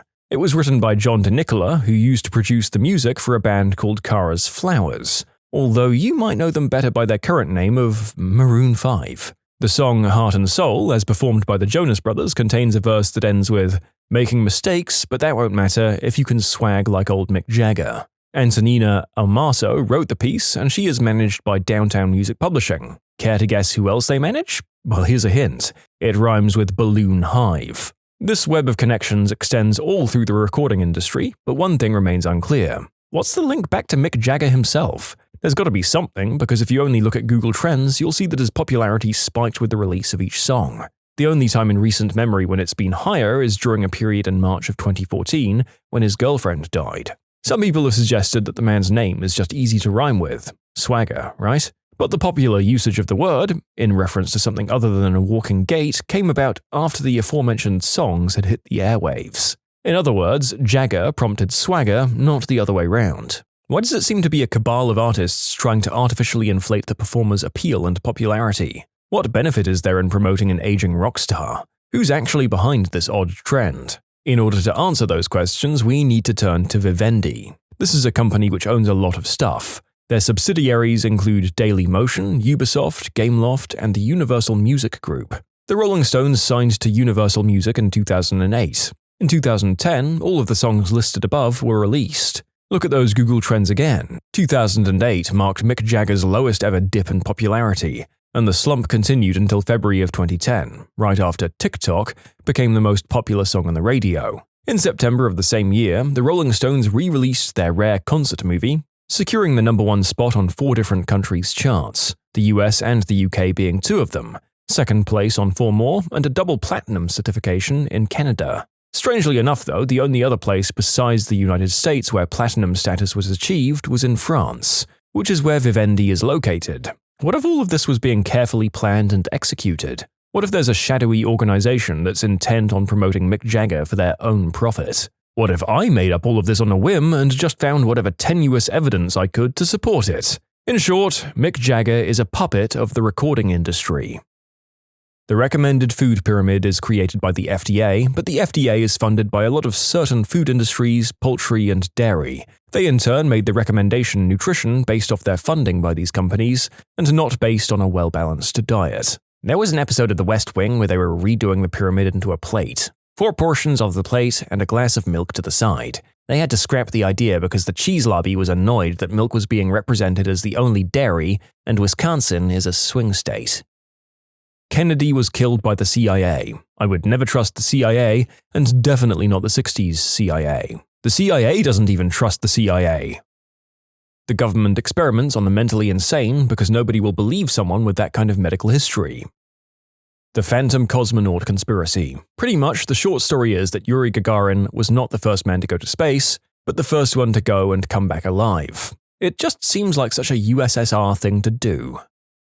The oil and coal industries have invested heavily in killing off nuclear power as an attractive alternative. These days, we have reactor designs many times safer than other methods of generating power, and the waste issue is something that could be fixed with sufficient investment. Even taking into account disasters like Chernobyl, estimated around 4,000 premature deaths, and Fukushima, estimated 600 and counting, nuclear is incredibly safe compared to coal's 5,000 accidents per year. Nuclear kills 90 people per petawatt-hour generated, whereas coal kills 100,000 people per petawatt-hour, mainly because of lung problems worldwide. Even if we don't take into account the climate change contribution, most of these deaths are easily avoidable if we switch to nuclear.